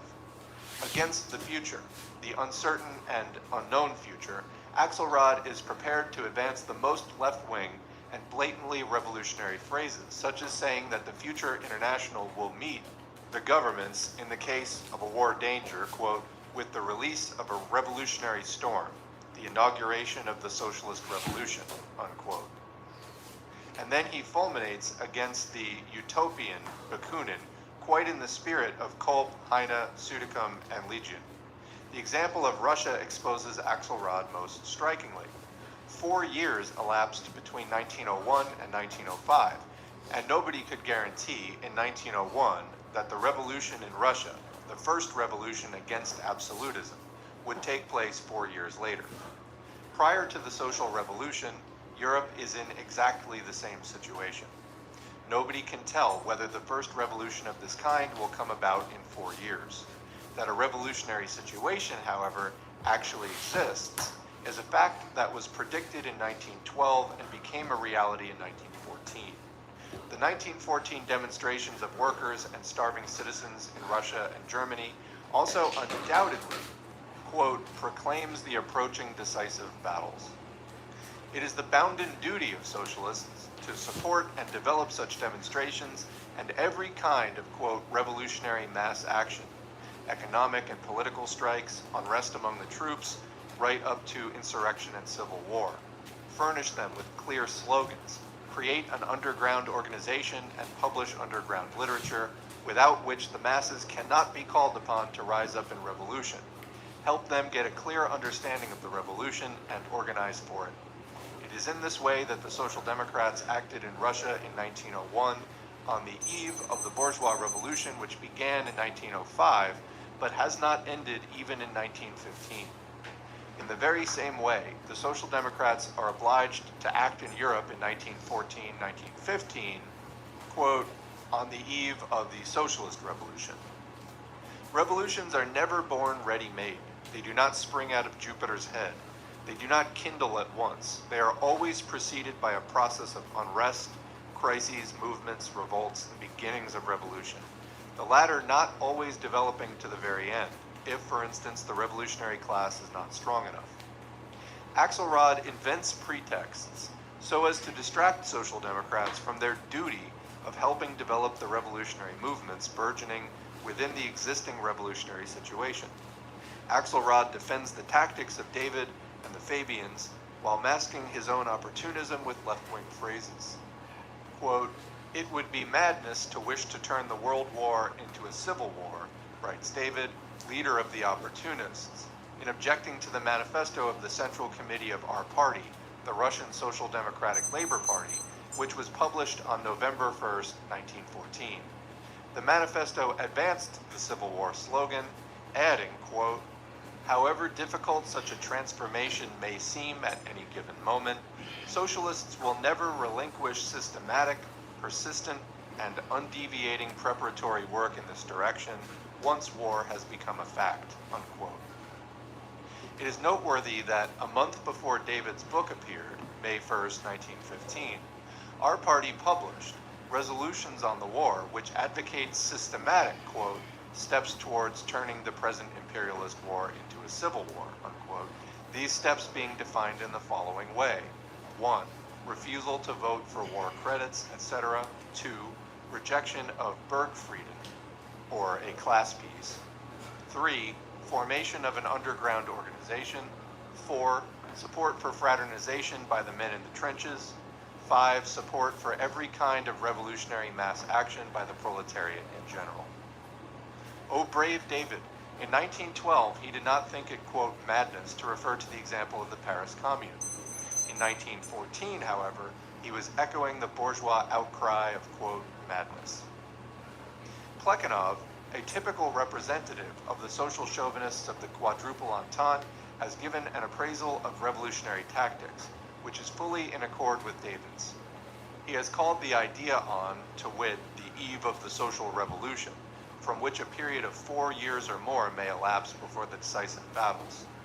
These are, in fact, the first beginnings, weak as yet, but beginnings nevertheless, of the, quote, proletarian revolution, which the Basel Resolution spoke of, and which will never become strong suddenly, but will inevitably pass through the stages of relatively weak beginnings. Support for and the development, extension, and intensification of revolutionary mass action and the revolutionary movement, the creation of an illegal organization for propaganda and agitation in this direction, so as to help the masses understand the movement and its tasks, methods, and aims. These are the 2 points that any practical program of social democratic activity in the present war must inevitably boil down to. All the rest is opportunist and counter-revolutionary phrases, no matter what leftist, pseudo-Marxist, and pacifist contortions those phrases may be disguised with. Whenever exclamations like the following are made in protest to us, all this in the usual fashion of the diehards in the Second International, quote, "Oh, those Russian methods," we reply merely by referring to the facts. On October 30, 1915, several hundred women demonstrated in front of the Parteivorstand and sent it the following message through a deputation. Quote, "With the existence of a big machine of organization, it would be far easier to distribute illegal leaflets and pamphlets and to hold banned meetings than it was during the anti-socialist law. There is no shortage of means and methods, but there seems to be a lack of determination." I suppose these Berlin women workers must have been led astray by the, quote, Bakuninist and, quote, adventurist, quote, sectarian, see Kolb and Co., and, quote, reckless manifesto of the Russian Party's Central Committee dated November 1st. And that is the end of the audiobook. This again has been Lenin's Opportunism and the Collapse of the Second International. This part of the basic Marxism-Leninism course is a section on Lenin's texts against opportunism and revisionism. Again, opportunism is when socialists work with people who are not socialists and will work to deceive and undermine and crush socialists, in other words, capitalists. And revisionism is when people abandon the struggle for socialism generally. A couple of other notes here. I'm not sure that the United States really ever has been in a revolutionary situation previously. I kind of suspect that one is coming about. What we saw here in 2020, now 40 years into neoliberalism and 20 years into the war on terror, which I see as like the second tier of imperial austerity capitalism. Like it's just, they're tightening it up further and further, using more and more just naked force, really upping the rhetoric and just becoming that much more brazen in terms of the way that the capitalists are assaulting the proletariat in every conceivable way of our lives. Being this far into, the end of the class peace, which, Lenin talked about the class peace here, that was about the 1930s to the 1970s. Let's say 1935 to 75 for just, ease of estimation. But definitely by the election of Ronald Reagan in 1980, the class peace was decidedly off, and the capitalists started to retract all of the concessions that they had made previously by rolling out neoliberalism, which was an agenda of deregulation, privatizing, and defunding. Basically all of the concessions and programs that they had put out there to sort of shore up worker support for capitalism. That was rolled back as soon as they felt it was politically advantageous for them to do, which is why we shouldn't support opportunist type work. It will always backfire. It prolongs the struggle. But what we see in 2020 is, I believe, a completely historically unprecedented situation in the United States where you had simultaneous riots and uprisings going on in dozens of cities all across the United States, of course spread, news of which and footage of which was spread and inspiration was spread through social media. So, I mean, I personally found that very inspiring. I just started doing this channel a few months prior to that, and around the Bernie Sanders moment. That, of course, failed. He rolled over a second time for the Democratic Party, very opportunistic, which he still has yet to really explain or even, he did his job and faded back into the shadows. Bernie Sanders did. Quite astounding, honestly, even by these standards. It's quite astounding performance there. So, but then, of course, with COVID and everything, people were being paid to stay home. What did we do? Well, with time on our hands, people took to the streets. Of course, the murder of George Floyd on camera, slow, brutal, horrible thing, was the flashpoint. But you're talking about decades worth of grievances that suddenly came to the surface, and people really, acted accordingly. That sentiment is still there. From what I've seen online, there is no love for Joe Biden. It was literally like, people don't even think anything's going to change. They just literally wanted somebody else, not Trump. Now, that may actually backfire because Trump was horribly incompetent, and Joe Biden is going to install more competent imperialists. That's not a good thing. Not saying one is necessarily better than the other, but I think that workers getting real invested in making that decision, which really is a question for the bourgeoisie. It's their candidates and it's their system. I think really that's more the way that we ought to be looking at that. The choice between Biden and Trump is a question for the bourgeoisie. It's none of our concern. Our concern is building socialism. So are we in a time of peace? Are we in a time, are we in a revolutionary moment? We may be in a transition between the two. I think I want to use the phrase, it's too early to say, but things happened real fast this summer, and this may be the beginning of a process that might take 5 years, it might take 10 years, it might take 15 years. But it seems to me that people in the US have, the ruling class has been kicking the can down the road for a while. Seems now we have reached a pile of cans that cannot be kicked anymore. I just don't think the proletariat can be squeezed in a practical sense any harder than we've been squeezed, especially by the COVID situation. So Lenin was talking in this document about, in the 19-teens, and the sort of First World War situation that was brewing, of this contest between imperialist powers to, carve up the world. Lenin was suggesting that, the time of storms was coming, that the era of peaceful capitalism has ended. Well, of course, we got a major truce after the establishment of the Soviet Union. Many of the Western capitalist countries, North America, Europe, decided to institute a kind of class peace as a kind of, to prop themselves up as a bulwark and a protection against, they're trying to buy workers out. They're trying to buy workers complacency and instill an opportunistic mindset. Like, oh, hey, we can get health care. We can get minimum wage. Oh, they'll let us unionize.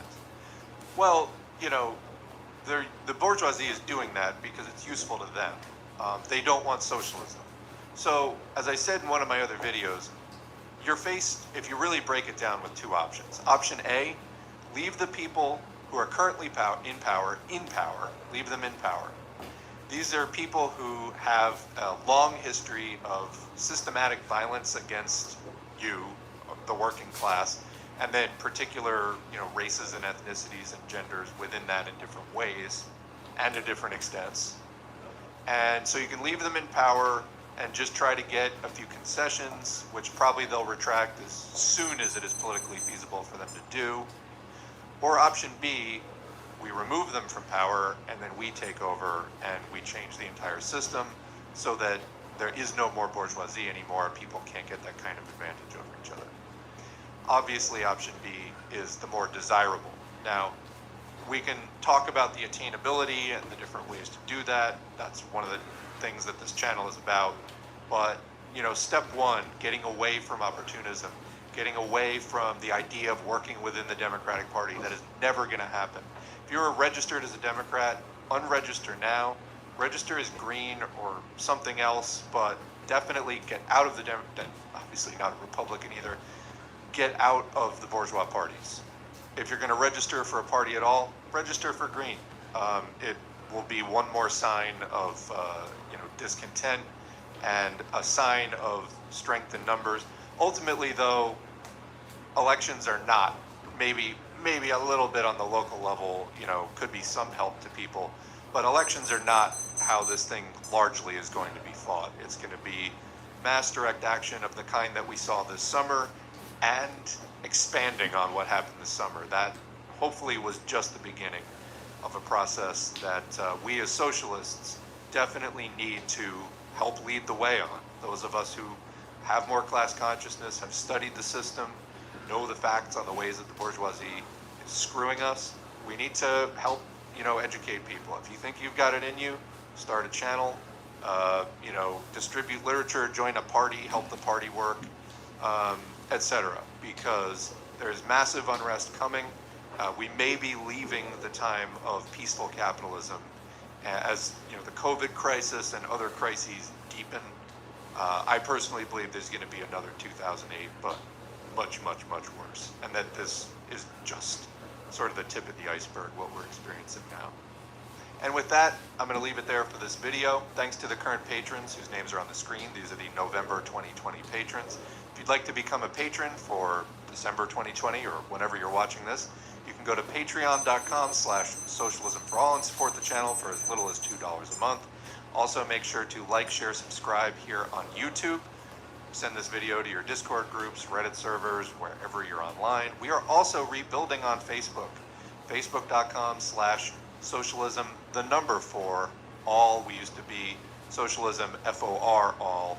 And that page got throttled to death by Facebook. I don't think it's ever coming back, so started a new one. It's currently at like 100 likes and growing. We will see what happens. Thanks, and we will catch you in the next video. Hey, welcome to Socialism for All. This file is being recorded for the September 2021 edition of Socialism for All, and it's an audiobook and discussion of The Collapse of the Second International by Lenin from 1915. If you like this video, please click like and subscribe, and consider supporting us on Patreon. There's a link to Patreon in the video description.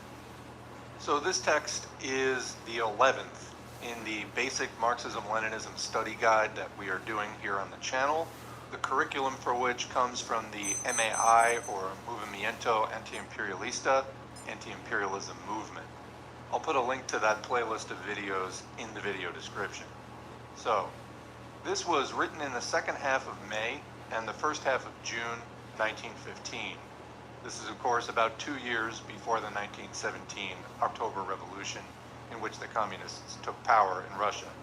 It was published in 1915 in the journal Communiste, numbers 1 and 2. It was signed N.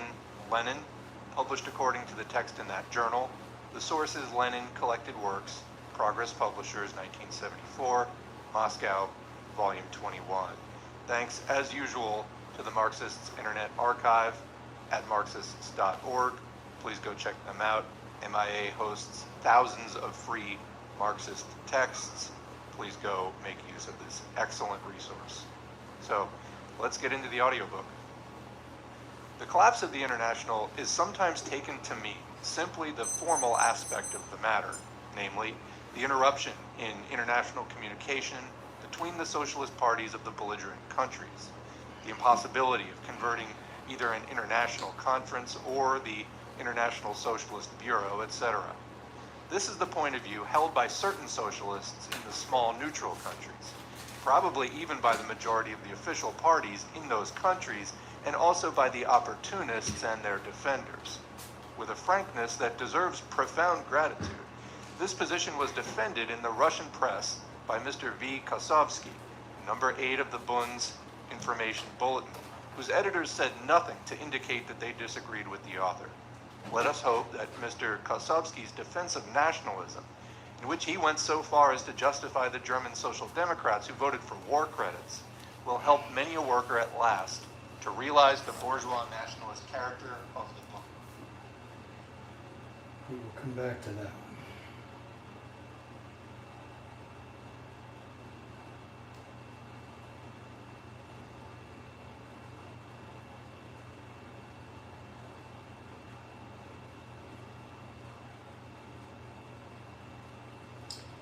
put on a little music while I clean up the room and end the live stream.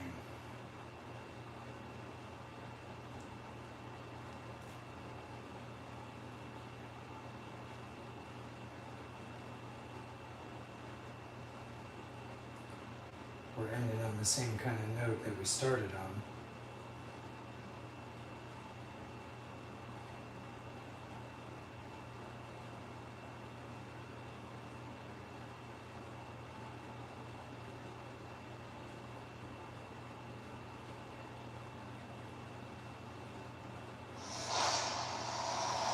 Learn a little bit about jiu-jitsu philosophy while I clean up.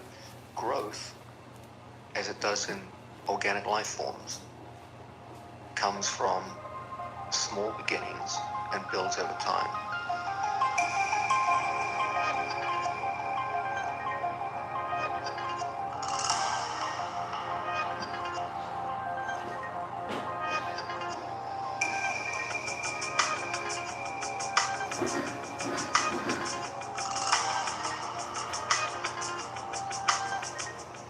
There's two elements to any grappling sport. I'm always insistent upon the idea that jiu-jitsu is both an art and a science.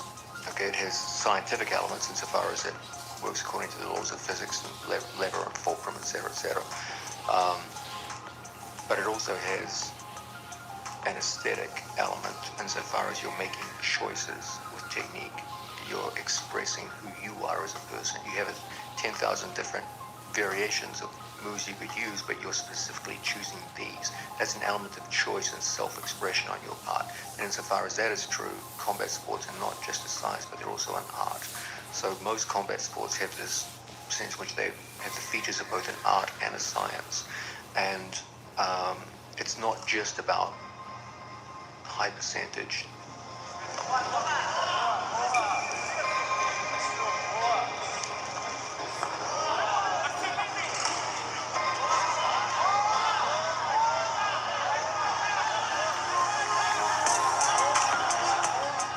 But there is an undeniably aesthetic element to martial arts where you, as it were, express who you are as a person in terms of the techniques you're ultimately going to choose. When martial arts are done well, it's the most beautiful sport in the world. Okay, when it's done poorly, it's the ugliest. A beautifully applied submission hold, a perfect throw, a superbly set up takedown are among the most difficult techniques they execute in all of sports, and when they're done well, they're magic to observe.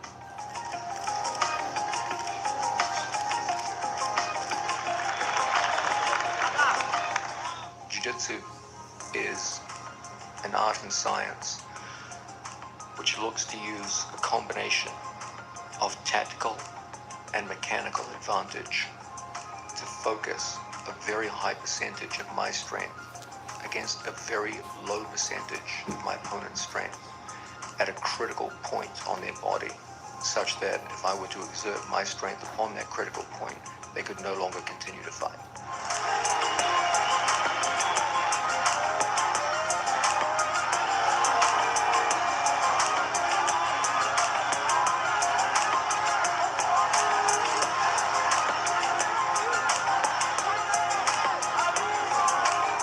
Let's say we have two athletes, athlete A and athlete B. Athlete A has 100 units of strength, however we define that overall. Athlete B has 50. Okay, so ostensibly, athlete A is twice as strong as athlete B. But athlete B can maneuver his body into a set of positions focused around a critical point of his opponent's body, where he can apply 40 units of strength out of his total of 50. His opponent can only defend with 20 units of strength out of his total of 100. You have now completely reversed the strength discrepancy. Originally, athlete A was twice as strong as B. Now, on that one localized point, the knee, the elbow, the neck, B is now twice as strong as A. Under those circumstances, B should win.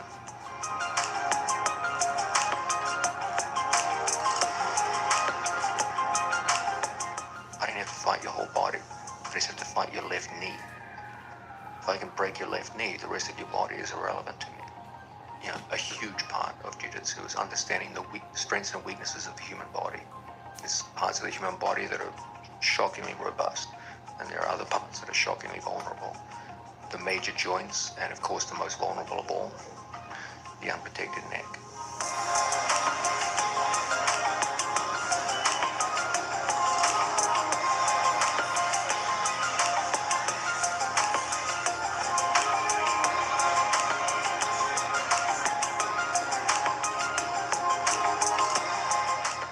Techniques are born the same way we're born, weak and in need of nutrition.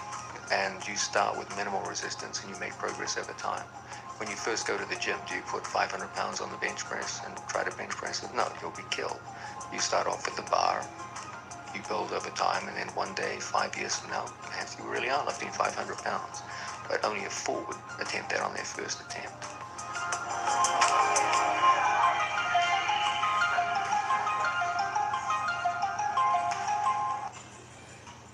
Hello everyone, I just want to take a quick moment to thank the sponsor of my new video, xmartial.com. So please stay tuned to the end of the video to hear more. It's like scientific development on a subject matter which is intrinsically simpler. Okay, there's a sense in which naive and overly simplistic assessments of scientific method may not work well at advanced levels of science, but they work damn well in the training room with jiu-jitsu, where the subject matter is inherently simpler than it is in research science.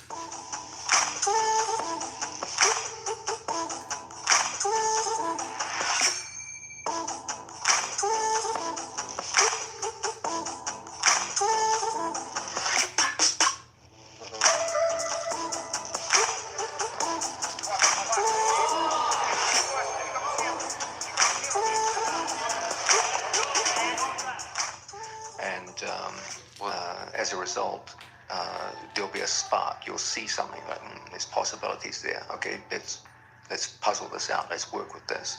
And you run into a lot of failures. You suddenly think, oh man, if I put my hip this way, this works really well. Then suddenly you try and spar and you get caught in a simple omoplata. And you're like, okay, that didn't work as well as I thought.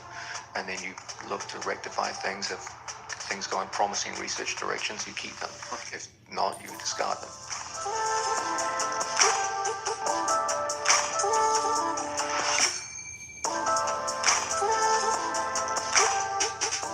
There has to be a sense in which you can't be too forgiving. You have to test hypotheses.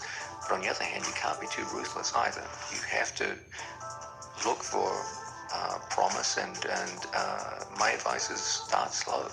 You work progressively over time. Now, you also have to have some common sense here. You can't be too forgiving to a technique that's repeatedly failing, and good people have tried it, and multiple good people have tried it, and it's just not working out. Then, okay, it's time to dismiss it. Don't be too quick.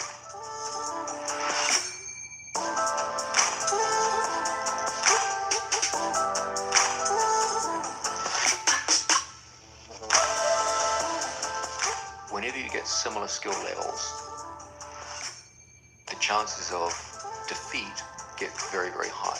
Interestingly, if you're a white belt and you're going against a black belt, you'll take risks. Why? Because there's no shame in losing to a black belt when you're a white belt. So you'll play more lightheartedly, and you'll have a more fun role. But when you have very similar skill levels, you're going to come back to what? The techniques that are most likely to get you a win.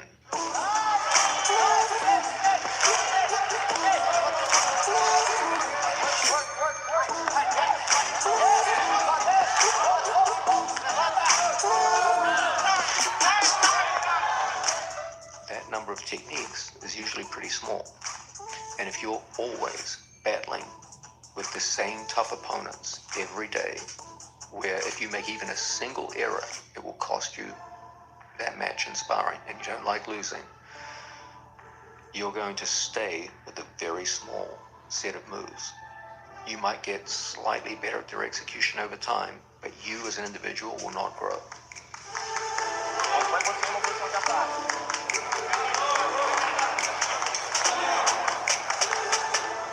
Growth, as it does in organic life forms comes from small beginnings and builds over time. You can't take an untested, untried move and get it on a world champion black belt. It's going to get crushed. So it's not ready for that. It's like a lion cub being thrown out into the Serengeti plains. The lion cub is just too small and too ineffective. It's a lion, but it's a cub.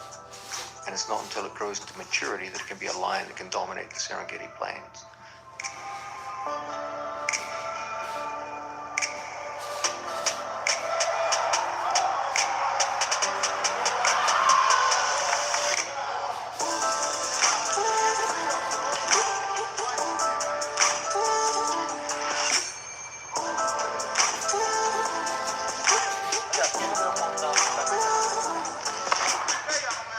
That's why I always encourage my students to play with a variety of belt types and spend the majority of their time with lesser belts for development purposes. When you're getting closer to a competition, you obviously want to change that. You want to be getting more a competitive sense of hard work, but you must learn to divide up your training cycles into non-competition cycles where you're presumably working with people who are slightly lower in level than yourself, and in some cases quite a bit lower than yourself, and then competition cycles where you're working with people much closer to your own skill level.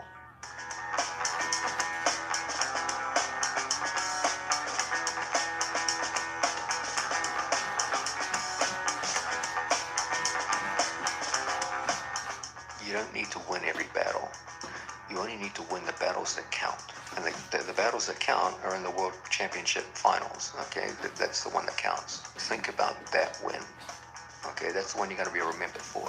You're not going to be remembered for the battle you lost on Tuesday afternoon at 3 p.m. in some nameless gym with some guy that no one cares about. No one's going to remember that. You're going to be remembered for your peak performances, not your everyday performances. Focus your everyday performances on skill development so that your peak performances you can focus on winning.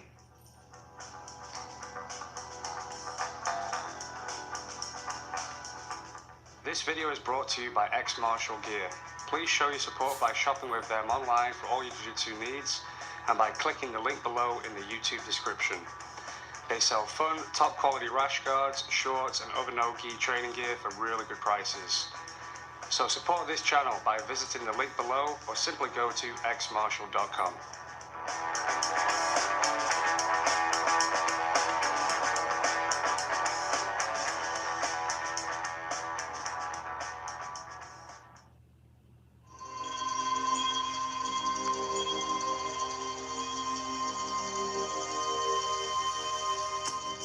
Try to absorb as much technique as you can and try to be as relaxed as you can.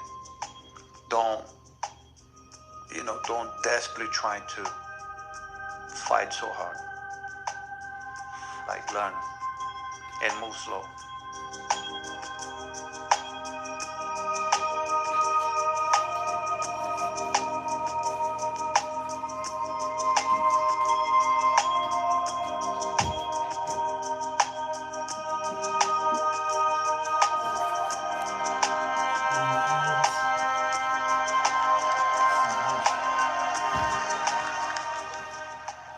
Jiu-Jitsu is self-defense martial arts. It's the fundamental is one unique art that a smaller person can use to defend against a bigger person. There you have it. So I invite you to follow along with my daily routine that I live stream on here. I do some reading and then meditate on what I read in relation to related audiobooks listening. And then I do yoga and martial arts workout. Now I'm gonna go for a run. And I encourage you to do the same thing. If you can do a full body weight workout, that'll keep your joints safe. Do some yoga, it'll keep you healthy and recovering quickly from the previous workout. And then go for a 30 to 90 minute run or hike with a heavy backpack. And do these things every day. Reading, meditation, yoga, martial arts, and running. That's what you evolved to do as a human being. So, have a good day. Get some.